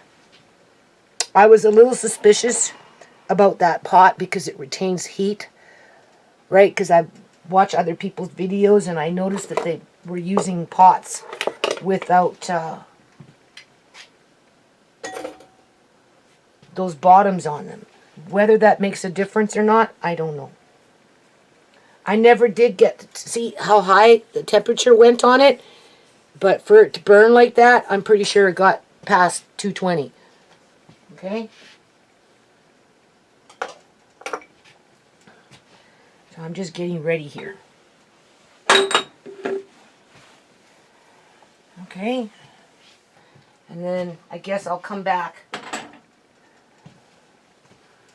in a minute. Hold on. Okay, so we got another smell tester here. Where are you? Are you in the camera? Yeah. So what do you think? Smells kind of like butter. Kind of like butter, Yeah. but not really like butter? Yeah. Does it smell kind of nutty? For What do you me, think? kind of, it doesn't smell really nutty. What does it smell like? Andre said it smelled like bacon. For me, it kind of, you know when you make like toast and you put some butter on it? Toast with butter? Yeah, that's kind of what it smells like. Yeah, you know why? I charred it. I burnt it. Look at the pot behind you. What do you see in that pot? Yeah. Oil and some chicken? That's not chicken. No, not that one. Where is it? Oh, pot over there. Oh, that one. The one. Yeah, go look at that one. Tell me what you see inside of it. Oh, it kind of looks like Burnt butter? yeah. Huh? It kind of looks like jam or something. Yeah. No, it's burnt butter. So does it smell bad? No. It smells like toast with butter. Yeah. Toast that's been well toasted? Yeah. Yeah. Not completely burnt though, right? Yeah. All right. Well, there you go. So it's not that bad. It tastes kind of nutty because I took out the water and the solids from it, and I'm just canning the fat, so we have it for frying and stuff like that. Yeah. Thank you. Welcome. All right. The lights. Huh? I looked into the lights and was like, Oh yeah, be careful. my eyes. Yeah, it really gives off a very, very, very rich smell. Now, if you noticed, these two jars are lighter compared to all these other jars. But I would think the longer it settles, but I have to can this first, and then it's going to come out of the canner hot. And then over a period of time, because there's little particles in there, that's what makes it look dark, right? They're going to settle to the bottom. Now, I don't know if I'm going to be shaking. I don't think it really matters. We'll see. Hold on. Now I'm going to take a rag with vinegar on it, and we'll dampen the rag with some vinegar on it. And I'm going to wipe these really good. And then I'm going to put on dry lids. I'm not putting my lids in a pot of water, because I'm just not, people. You don't want to introduce water to it. So as long as your lids have been washed and dried, you wipe your rims, you put on, you finger tight into the canner, do what you got to do. 60 minutes later, after the canner's cool, bring them out, And we'll see what we get. Hey, now I'm getting like really hot in here and I'm starting to sweat. I don't know, people. If something doesn't change with my eyes, I'm not going to be able to do this much longer. Like, seriously. So in the meantime, I got my canner, all my jars in the canner, turned up my canner, and then underneath my canner, I started getting all these flames. Andre, he fries hot dogs and, you know, I let him learn to cook a little bit for himself, right? And I don't know. I don't know where that came from, because nothing overflowed on me. But then maybe when I was stirring it and I had that thing hanging like this, the butter was dripping over the pot. Yeah, that's not a good idea. I better make sure I don't do that again, because the flames were quite big in there.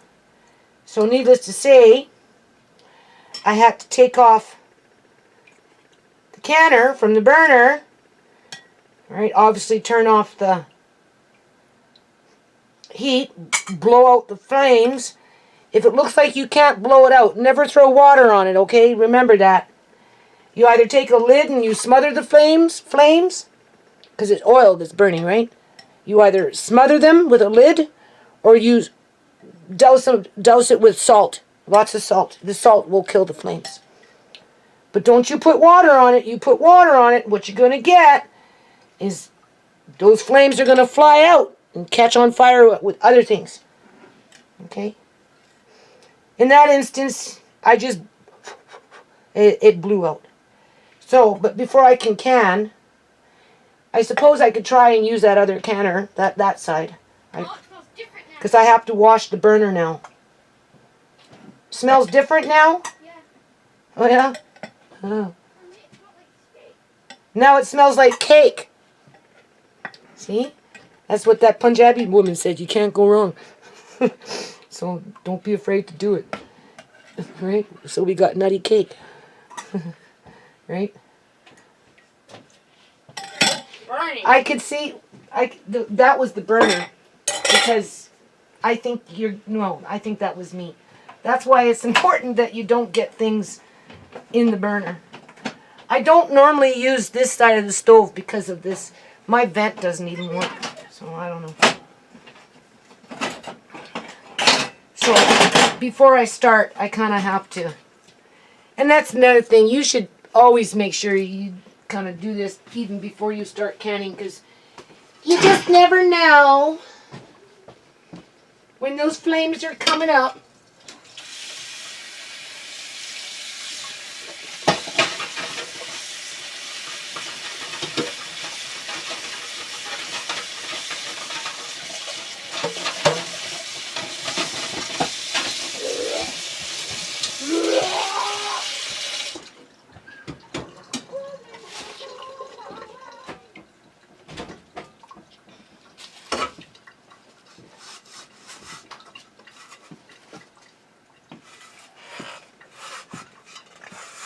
I normally do this, but I don't know. Not as functional as I used to be. Right. Take it off. I think it's because when I was stirring it, I had that wood spoon, and I was laying it like this over the pot, and somehow, some way, it was, what do you call it? Leaking down into the element. Or maybe it was Andre getting extra stuff in there. I should have checked it first anyway. But no worse for wear. Don't panic. Right? That's too hot to touch by hand. Oh boy.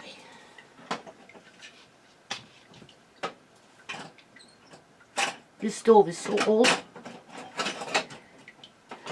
I bought this stove when I moved into Gateway Place and the fridge downstairs in 2007 when I moved out of that shanty shack, because I knew I couldn't cook for my family with an apartment-sized stove with an apartment-sized fridge. It would have been impossible. Plus, I was doing a lot of stuff with the kids in the courtyard. Doing snack and lunches, right? So, I needed the fridge. Oh my God. I'll be back. Hold on. Okay, so now we're going to go down the line here. This is what I'm canning, okay? I'm going to give one to my son so he can try it to see if he likes it. Although if he doesn't like it, I don't want him wasting it. Because he cooks a lot and fries things and stuff, right? And I keep one for myself. I think I started skimming it a little too fast in terms of taking off that foam. Because this is really thick. So I would think, I don't know. But anyway, this tastes like butter because that's the one you want to put on your popcorn, okay? And it's exactly what it is. And then we've got my beautiful pot that I hope I didn't ruin. You can see what's going on here. Now, it probably has something to do because this bottom, with that extra piece in there, it retains heat. You see? I think this is why these women on YouTube use bottoms without that. And they prefer it tall so they can tip it so they can see what's going on in the bottom versus doing it blind like me and then ending up with that. Now, there's two ways of dealing with this problem because God forbid if I ruin my pot. First, I'm going to try and soak it after the fact when I'm done with the canning. And I'm going to see if I can boil it off. I'm going to see how much I can boil off. If it comes off, great. If not, Uncle John's trick, you just put some bleach in there, let it sit, and the bleach will get rid of it for the most part. Okay, so hopefully that will work. In the meantime, I took all this charred stuff, so we'll just move it over here. You can see it's a fair amount. If I wouldn't have burnt it, it would have been great. Now, technically, you're not, well, like if you have a barbecue or something like that, right? You know, it's like nitrates too, you know? It's all in moderation, okay? When it comes to eating things that are burnt. If you eat it once in a while, it's not going to kill you. Some people like it. They actually go out of their way to make sure it's seared and burnt just in certain parts of whatever, because there's only one way to get that flavor, and that's to char it up a little bit, okay? Now, I have little jars. Where did I put them? Oh, I can't see for nothing. Driving me nuts. Okay. If I was to not waste this, which I don't see why I should, especially if you're just using it for seasoning on something, right? A 1/4 teaspoon, a 1/2 teaspoon, maybe at a time, just to give it that bite in terms of the particular flavor. That's that burner coming in. I better make sure it's not burning underneath there. And I'm going to freeze them. And I want to see what happens. You would only add it in at the end stage of your cooking, just to give it that little bit of flavor. You wouldn't want to cook with it, as you would want to just use it as a added flavor, because it tastes like seasoning. It really does. All the salt content went to the bottom of the pot. And it's grainy, but it's buttery, and it doesn't even taste bad. So as a flavoring at the end of your meal, it'd be fine. So you don't even have to waste this. Okay? Especially if you like barbecues where your steak has been seared and charred a bit. Or you like your spare ribs in the oven baked with barbecue sauce. That's a little charred a bit, which I do. I'm getting an itchy throat here. Hold on. Okay, so now I'm taking it out from the cheesecloth. I can understand why people would say when you're working with butter to can it, it's grainy because what's at the bottom of the pan is extremely grainy. So it has something to do with the production of the milk within the cow itself. Okay? Do you see how thick that is? Right? It's like, I wouldn't be surprised, people, if they don't take this stuff somewhere along the line and, what is it called? Dehydrate it and then mix it into spice mixes as a flavoring. Because it's intense, but it doesn't repulse you. Okay? Because it's not, it doesn't taste burnt. You can taste that it's been charred, but it still tastes like butter. That's the thing. Right? And if you were just using a little bit at a time with whatever you were cooking just for that salt, I guess it's the natural salt content, with a little charred taste to it, a little, because it's not like overwhelming, it's really not. I could see them sneaking it into some spice mixes. Right? In terms of a manufacturing company. Right? I'm just saying. Right? That's too high. It's gonna overflow when it goes into the freezer, right? Because it's swell. So, and when you do stuff like this and you put it in the freezer, so I'll get another jar. And when you do stuff like this and you put it in the freezer, make sure that the lid's not on tight. You can just place it on lightly. Don't even put a screw band on, and let it swell before you let it get completely as frozen to the capacity that's able to do that. And then once it's done, if you can screw on a band, then do that. Otherwise, because otherwise you'll crack your jar. Right? So hold on. Okay, so remember, because you're using half pint sized jars, right? 250 mils, 60 minutes, which is supposed to technically stop it from doing this if you were doing butter without turning it into ghee. I'm telling you, I've looked at enough videos. You're not going to find one out there like mine, okay? You got to see it in the real time, what can happen and how fast it can happen. But I'm also showing you that it's not. It's like that Punjabi lady said. Don't get discouraged, because this really doesn't taste bad, people. I'm doing whatever. After I'm done, I'm licking my fingers before I even go wash my hands. Okay, so if it tasted bad, I wouldn't do that. Now, how stable it is in terms of these things, because they've got the solids I was talking about, right? Remains to be seen. I'm not trying to figure that out right now, so I'm keeping it simple for myself. I wipe the rims. I'm going to put on old canning lids, because always opening up for Amari, right? Okay? And then I'm going to freeze these. What's wrong with this one? Doesn't look like it's been used before. It's hard to see.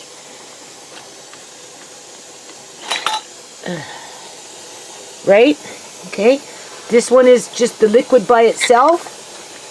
Right?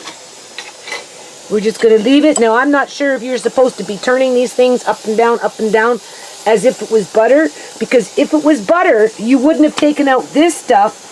You sure in the heck wouldn't have burnt it. But after you did whatever you did in terms of how you were going to can it, you would have to do that for several hours every 15 minutes to keep these particles mixed in with the fat.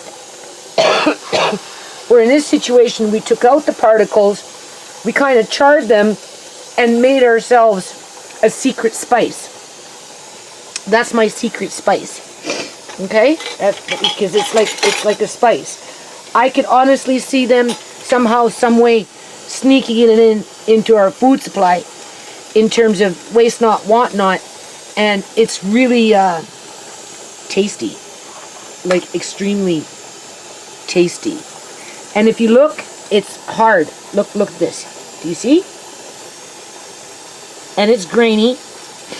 I don't know what it would take to dehydrate it. I'm not interested in that, because if I freeze it and I really want to use it, all I have to do is go into my freezer, take it out, scoop out some, and then put the rest back in the freezer, and then just incorporate it into stir fries, or put it on meat after the meat's been cooked. Basically, you don't want to cook it anymore and it's already been cooked, but you definitely could use it as a spice, and it's pungent in butter. You can tell that the source comes from butter. It's a little gritty and it's saltier. Where this tastes a little more nutty, you don't so much taste the salt because it's all in here now, right? But it's because you charred it tastes kind of nutty. So you got a butter nutty flavor with this, and you got a butter salty flavor with this. Interesting. And this one tastes straight up like butter. Although I think I was taking off the foam too fast. I should have let it cook just for a little while longer. I think until the foam starts to go to the sides. That's when you scrape off the foam, and as soon as you see it starting to look like olive oil, shut it off. Take it off the burner, okay? Take it off the burner and let it sit for a few minutes before you start mucking with it. And I think you'll get a better result. Unless, of course, you want one like this. But no regrets. No regrets. So I guess we'll see what happens when this is done. So hold on. Ooh, Andre gets me so mad sometimes. He does things. Like he came in. I'm standing here now. I'm doing this, right? Oh, I got 55 minutes to go, people. And I'm thinking about what I'm going to tell you about the temperature inside the pressure canner. But we know where Amari is, right? So, I'm always going back and forth, okay? Or Andre's down there and he's checking on him, okay? And I'm like, okay, well, if you're canning milk, this is what I'm thinking. I'm standing here thinking, right? What I'm going to tell you as I'm waiting, okay? So that you get a little bit of more information than if you were to go to somebody else's YouTube channel and watch them can butter or ghee. I'm just saying. Because you're not going to see what you've seen on my video on other people's videos, okay? That's classic, what I just went through. I haven't seen anybody go through that yet. That's the first time. So anyway, when you're canning milk products, right? Because they've never done no safety checks on it and all that other crap, right? Even though people have been doing it for years and years and years and years. Okay, whatever. When it's being done in a facility where it's being manufactured and they're using different equipment with different ways to control temperature and, the stuff that you buy in a tin can, in a grocery store, that kind of manufacturer, right?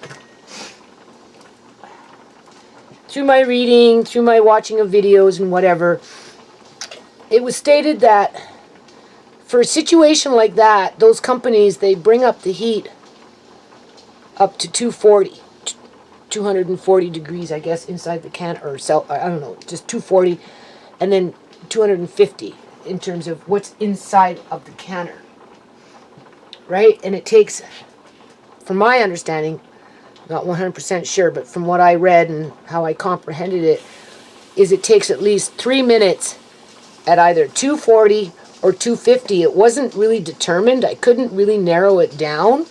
I was getting mixed numbers. One would say 240, the other one would say 250, and then there would be a 220 in there. So, you have to factor in, because I Googled, how hot does it get inside a pressure canner in terms of if you wanted just to do butter with the water in it and the milk solids, which people do, okay?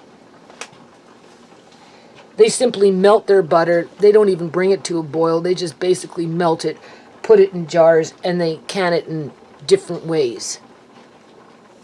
Some skim it when it comes to a boil, but not to the degree where they're going to turn it into ghee, okay? And then in a situation like that, you put it in a pressure canner because it's a milk product, and as it's cooking, I can smell it, because you have to remember it's going to continue to keep cooking in there, right? So honestly, I wouldn't be surprised if it doesn't start getting darker, because that's why they brought it down. These women brought it down to a half pint to prevent the butter from darkening and charring and slightly changing its flavor, okay? If you can butter as butter, it ends up being gritty. If you go as far as making ghee, all that grit goes to the bottom of the pan. Ideally, you don't want to char it, but if you do, you're still not losing anything, because for something like this, a half a teaspoon or a quarter teaspoon at a time as flavoring, I could see work, because it's not bad. It doesn't it makes you, because the butter just, I don't know, like I said, it to me is like a seasoning salt that's been buttered. And it's gritty. But if it requires 240 degrees up to 250 degrees inside a pressure cooker, now I don't know if that's Celsius or Fahrenheit. I would think that would be Fahrenheit, right? Inside the pressure canner, how women justify doing what they do. They say, well, if the company can do it at 240 in their pressure canning system, and if the pressure canner itself comes up to 240, this is something for you as you investigate for yourself what you want to do, right? And I would factor in that information and see if you can dig up a little bit more information as to precisely how hot a canner is inside after it's been vented for your 10 minutes, and then it comes to the pressure of 10 pounds over, right? How hot is it inside the canner? As if you were to can butter, would it get hot enough at 240? Right? I haven't isolated down. I came across an article where it said, yeah, it can go as high as 240 in there. Another article, I think, said 220, right? So, there's that window of what, I don't know, but either or, any kind of meat, even with that on it, it's 75 minutes for a pint. The difference between meat and fat and butter and fat is the butter, I don't know, I guess you could say, is more fragile. It darkens up. Right? I don't see how it could spoil in the jar, though. If this was butter canned and it got a little brown on the bottom because of the sediment, because with butter you got to go like this to mix up the water, to mix up that grainy stuff, those solids, right? You got to do this off and on, 15 minutes for several hours until it starts to congeal and stick together and don't move no more. Whereas with ghee, I don't think you do that, because it's just strictly fat, right? You already took out all those solids. That's what this is. And even then, under this condition, it's not a bad thing within moderation. This is my experience, okay? Because I could see myself putting this into a stir fry, right? Or using it with meat as a rub, where I'm kind of like stewing the meat for a while. You know what I'm saying? Where I'm not overcooking it at high heat, but it's cooking, and it's, it's seeping and, getting real soft. I could see myself using that for that reason, people. Right? If I ever ran out of salt, I'd have this. Right? It's almost the equivalent to a seasoning salt. Almost. So, how hot it gets inside the pressure canner, if it's hot enough to kill those spores, in terms of botulism spores, for milk, How is it milk holds a different botulism spore versus the cow itself in terms of its meat, its gristle, and that kind of, and fat, right? Where, right? If you can the whole cow in terms of the meat, the gristle, the fat in with your jars, why couldn't you do the butter as is, that is, in terms of not turning it into ghee? Because inside the pressure canner should be getting hot enough, that's the whole point of a pressure canner, to kill those botulism spores.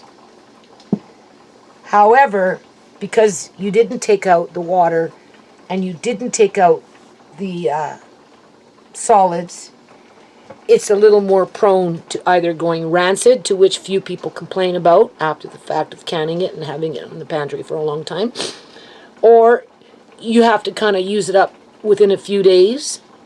So in that situation, I would do those half-pint jars, and I'd make plans to use it as a butter in a cake or something where I knew I was going to heat it up, cook it for those 10 minutes, and then put it in with my mashed potatoes after the fact, right? Cake, it's going to be sitting in an oven for more than likely 45 minutes under 350 heat, so, you know, it's going to get cooked in, right? So you're going to more than likely kill off anything and anything that, if it was dangerous, right? But it's not something you would want to open up and just spread it onto your bread, unless, of course, you opened it up, cooked it up, let it recongeal, and then spread it. But then, even then, I've read that it doesn't last as long as traditional butter that hadn't been processed. But really, for me, the whole point of the exercise is to have this extra animal fat, right? I've got the lard. I'm going to be making more lard. I've got shortening in traditional, what you buy at the store kind. I've got the lard, lots of those that you buy from the store, because Pastor Granny's daughter gave that to me over the winter when I was dehydrating that frozen food. So I've got still lots of that. Plus I've got my own tubs from back in the day, still in some of it in food storage. I went off and bought 2 big tubs, 3-point-something keys of coconut oil to have on hand. This brand I don't particularly like because it's too much like coconut. Andre doesn't really like it either, right? So this is very, very old, from back in the day with Fukushima. It doesn't taste like coconut, but it fries up really good. I like this one better. And I do actually have a couple of these unopened still kicking around the house. And now I've got this, which is a completely different flavor. To what kind of nutrients it provides, I haven't figured that part out yet, right? And I got a secret spice out of it yet. So now what I'm going to do, as I'm standing here doing basically nothing, except getting my feet are getting sore. Oh yeah, that's the other thing I wanted to mention. Now, let's just say Andre wasn't around and couldn't go down the hall and check on Amari for me. And, you know, I felt I needed to go down there and check on him, right? And anyone that's been a parent for any length of time knows that anything could happen at any point of the day. And all of a sudden, you know, you're like completely doing something and you forgot what the hell it was that you were doing that was crucial that you be there, okay?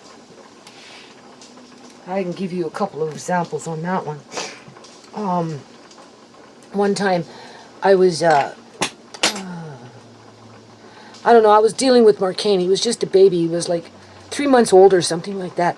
And a little bugger, he was already crawling, right? He was strong. Marcane was a strong, strong baby. And I was living in a little apartment, and Sierra had her little friend over, I'm pretty sure, or was she by herself? I don't know. Anyway, something said, go check on Sierra. You know, she was just, I don't know, 4 or 5, 4, something like that, right? And so I left Marcane on the bed, forgot that he was crawling, because he was still young. He was less than 3 months old. right? And went to go see where Sierra was, you know, and came out and she was in the little storage room that I had in this apartment, way in the back on top of the boxes, literally.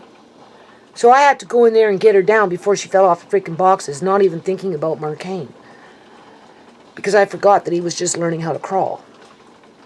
But it took that long just to get Sierra down so that she would be safe, that by the time I got her down and realized that Marcane was on the bed and that little bugger was probably crawling, I bolted down the hall, and just as I turned the corner of the door, I seen Marcane go head first and hit the floor. Boom. Oh my God. I picked him up. I ran out my door.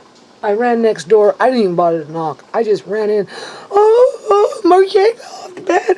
He landed flat on his head. Oh. And calm down, calm down, calm down. You know, and Marcane, you know, he was crying, but he started to calm down because they were saying calm down, and I calmed down. Next thing you know, they gave him a freaking cracker and he was laughing. Now, could you imagine if I was canning, if something like that happened? Okay? Because you'd be dealing with the crises, whatever that crisis is. In that situation, it was Sierra on a bunch of boxes at the back end of the storage unit. It was just a little closet, a long closet that was my main storage, right? You know how apartments are, right? I mean, I couldn't leave her up there. That would have been irresponsible. And I forgot that Marcane was just starting to learn how to crawl. But once I got her down and had her, you know, starting to come out, it dawned on, oh my God, I better go see. And sure enough, I did see. So in a situation like that, if you felt that you had to leave your canner for, let's say I hear something, there's only two ways of going around it. You either turn the bloody thing off and go check and start over again, or you check, but before you deal with whatever it is that you're going to go check on, you better make sure either you come back and turn off the fucking canner, or somebody else comes and turns off the canner. Because if you get caught up doing something else and you forget about the canner, you can blow it. This thing, if it got past its capacity to hold that pressure and it blew its stack, oh boy, it's going to rip a hole through your freaking roof. And whatever's inside that canner is going to come out flying all over the place. All right? So I just want to mention that, you know,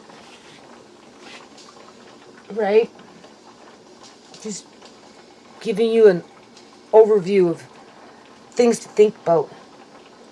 So I haven't narrowed it down exactly how hot it gets inside the pressure canner in terms of meeting the criteria as if you were canning milk or a milk product in a manufacturing company where their equipment is designed to bring it to a specific temperature and hold it there for the length of time that it requires to kill off those spores, those botulism spores. Okay? That's why they recommend not to do it. But people do it all the time. But then there's safety measures around it, and I told you what to do with that. So now what I'm going to do, I should make myself another coffee. I've been up since 6 this morning. I'm glad I did this. I learned a lot. I learned a lot, people, okay? I'm not so intimidated by it now. And I'm up for the challenge to do it again. Next time, though, I'm going to use the whipping cream, make the butter, and then make the ghee. Okay? And in my travels, I'm going to look for more butter, and I'm going to do this again, probably another 10 pounds, and I'm going to catch it before I char it. Yeah, that's what I'm going to do. And then, after that's done, then I'll probably try and attempt a few jars of butter, just butter by itself, in half pints, just to keep on hand for, like I said, if I want to make cakes, or I just really want butter, not ghee, for the potatoes and the peas and this whatever I'm doing for 1 or 2, 3 days in terms of meals, because I can heat them up before I put them into the food. And that's the safety measure. So now I got this chicken bone that's been, because my son went into the freezer and left it out, and it's just chicken back. It's just the chicken, right, to make soup with. So I'm going to pick off the meat. And I'm going to rinse it off. And I'm going to see if I can dehydrate those bones, because they'll be very, very soft. Because they've been stewing for like quite a while. And they're sitting there right now. And dehydrate them, and then make myself some bone meal for plants. Because that last batch that I did when the deep freeze unthawed, I ended up just putting them all out into the compost. Right? So whether the raccoons ate some of them, whatever, it will all be dug into the ground once I get out there into the compost and or wherever, and it will do fine outside. Okay, so I'll be back. Hold on. Almost done. Okay, so I only got like a minute left in this canner. And then what I'm going to do here is, as soon as it's over, because this is only filled with half-pint jars, I can lift it. If it was full of quart-sized jars, I think I can lift it with quart-sized jars, but when I get into pint-sized jars, double stack, it just gets too heavy. I can't really lift it. But because of what I'm canning, the less you expose it to high heat, the better it is. And we've already overcooked it. So as soon as my 60 minutes is up, which is going to be in 9 seconds or so, 7, 8, 6, 5, 4, 3, 2, 1, right, then I am going to turn off the stove, and I am going to take it off the heat. Okay.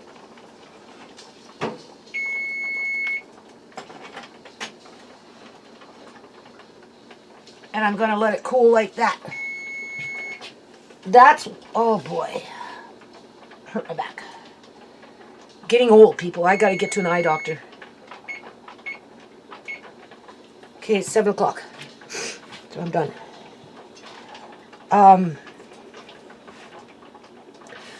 You seen how I took this pot off the stove? As soon as it went to that olive oil look, I should have only not even less than 5 minutes, because I wasn't cooking it for very long, right? I put the timer on and look what happened. It happened that fast. And you want to avoid that, because when it gets to that point, it's doing this at the bottom of the pan. Okay? That we discovered. But it doesn't necessarily ruin the product. It's not anything that you can't adapt to other foods and use it as spice. Right? And the ghee itself is just has a more nuttier flavor. Right? So, you know, you could put it in, I don't know, and figure it out, right? Right? It's not anything you want to throw away. Okay? So how that applies to canning butter and it browning on the bottom, even after turning it over, back and forth, back and forth, back and forth, well, I don't think it would be any more contaminated as if it didn't brown a little bit at the bottom, because technically you're not really supposed to can butter.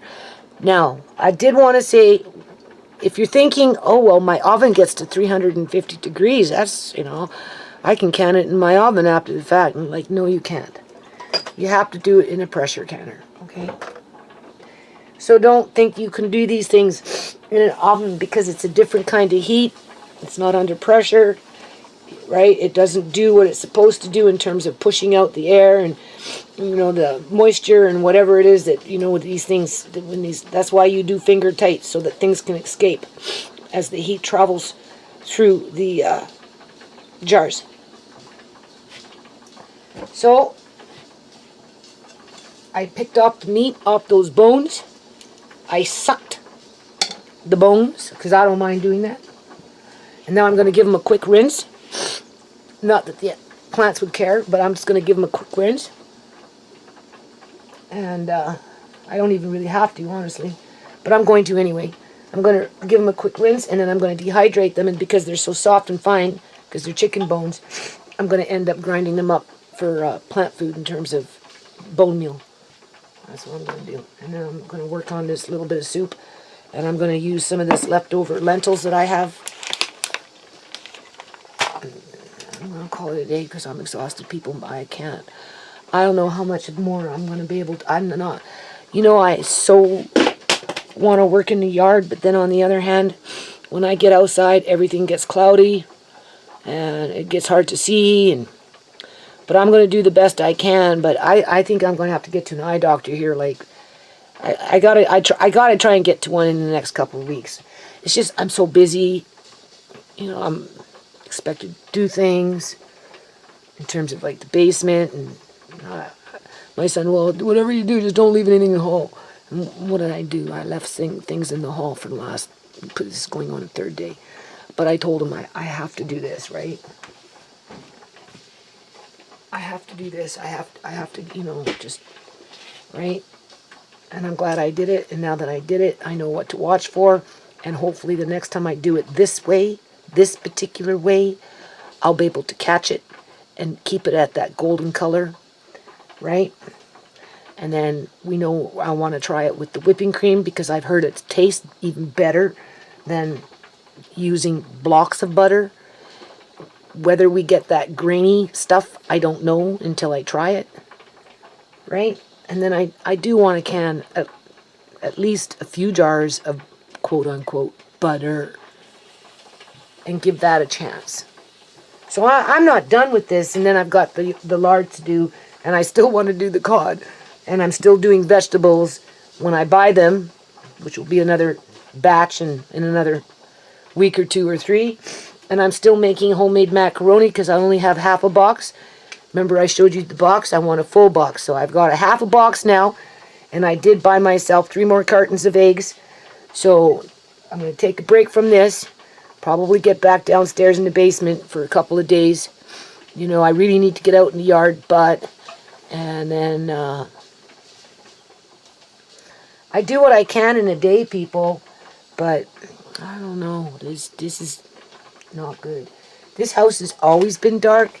I've been under fluorescent lights for over 11 years. And, you know. Anyway, I'll just show you after I take it out of the canner what it looks like, and that will be it.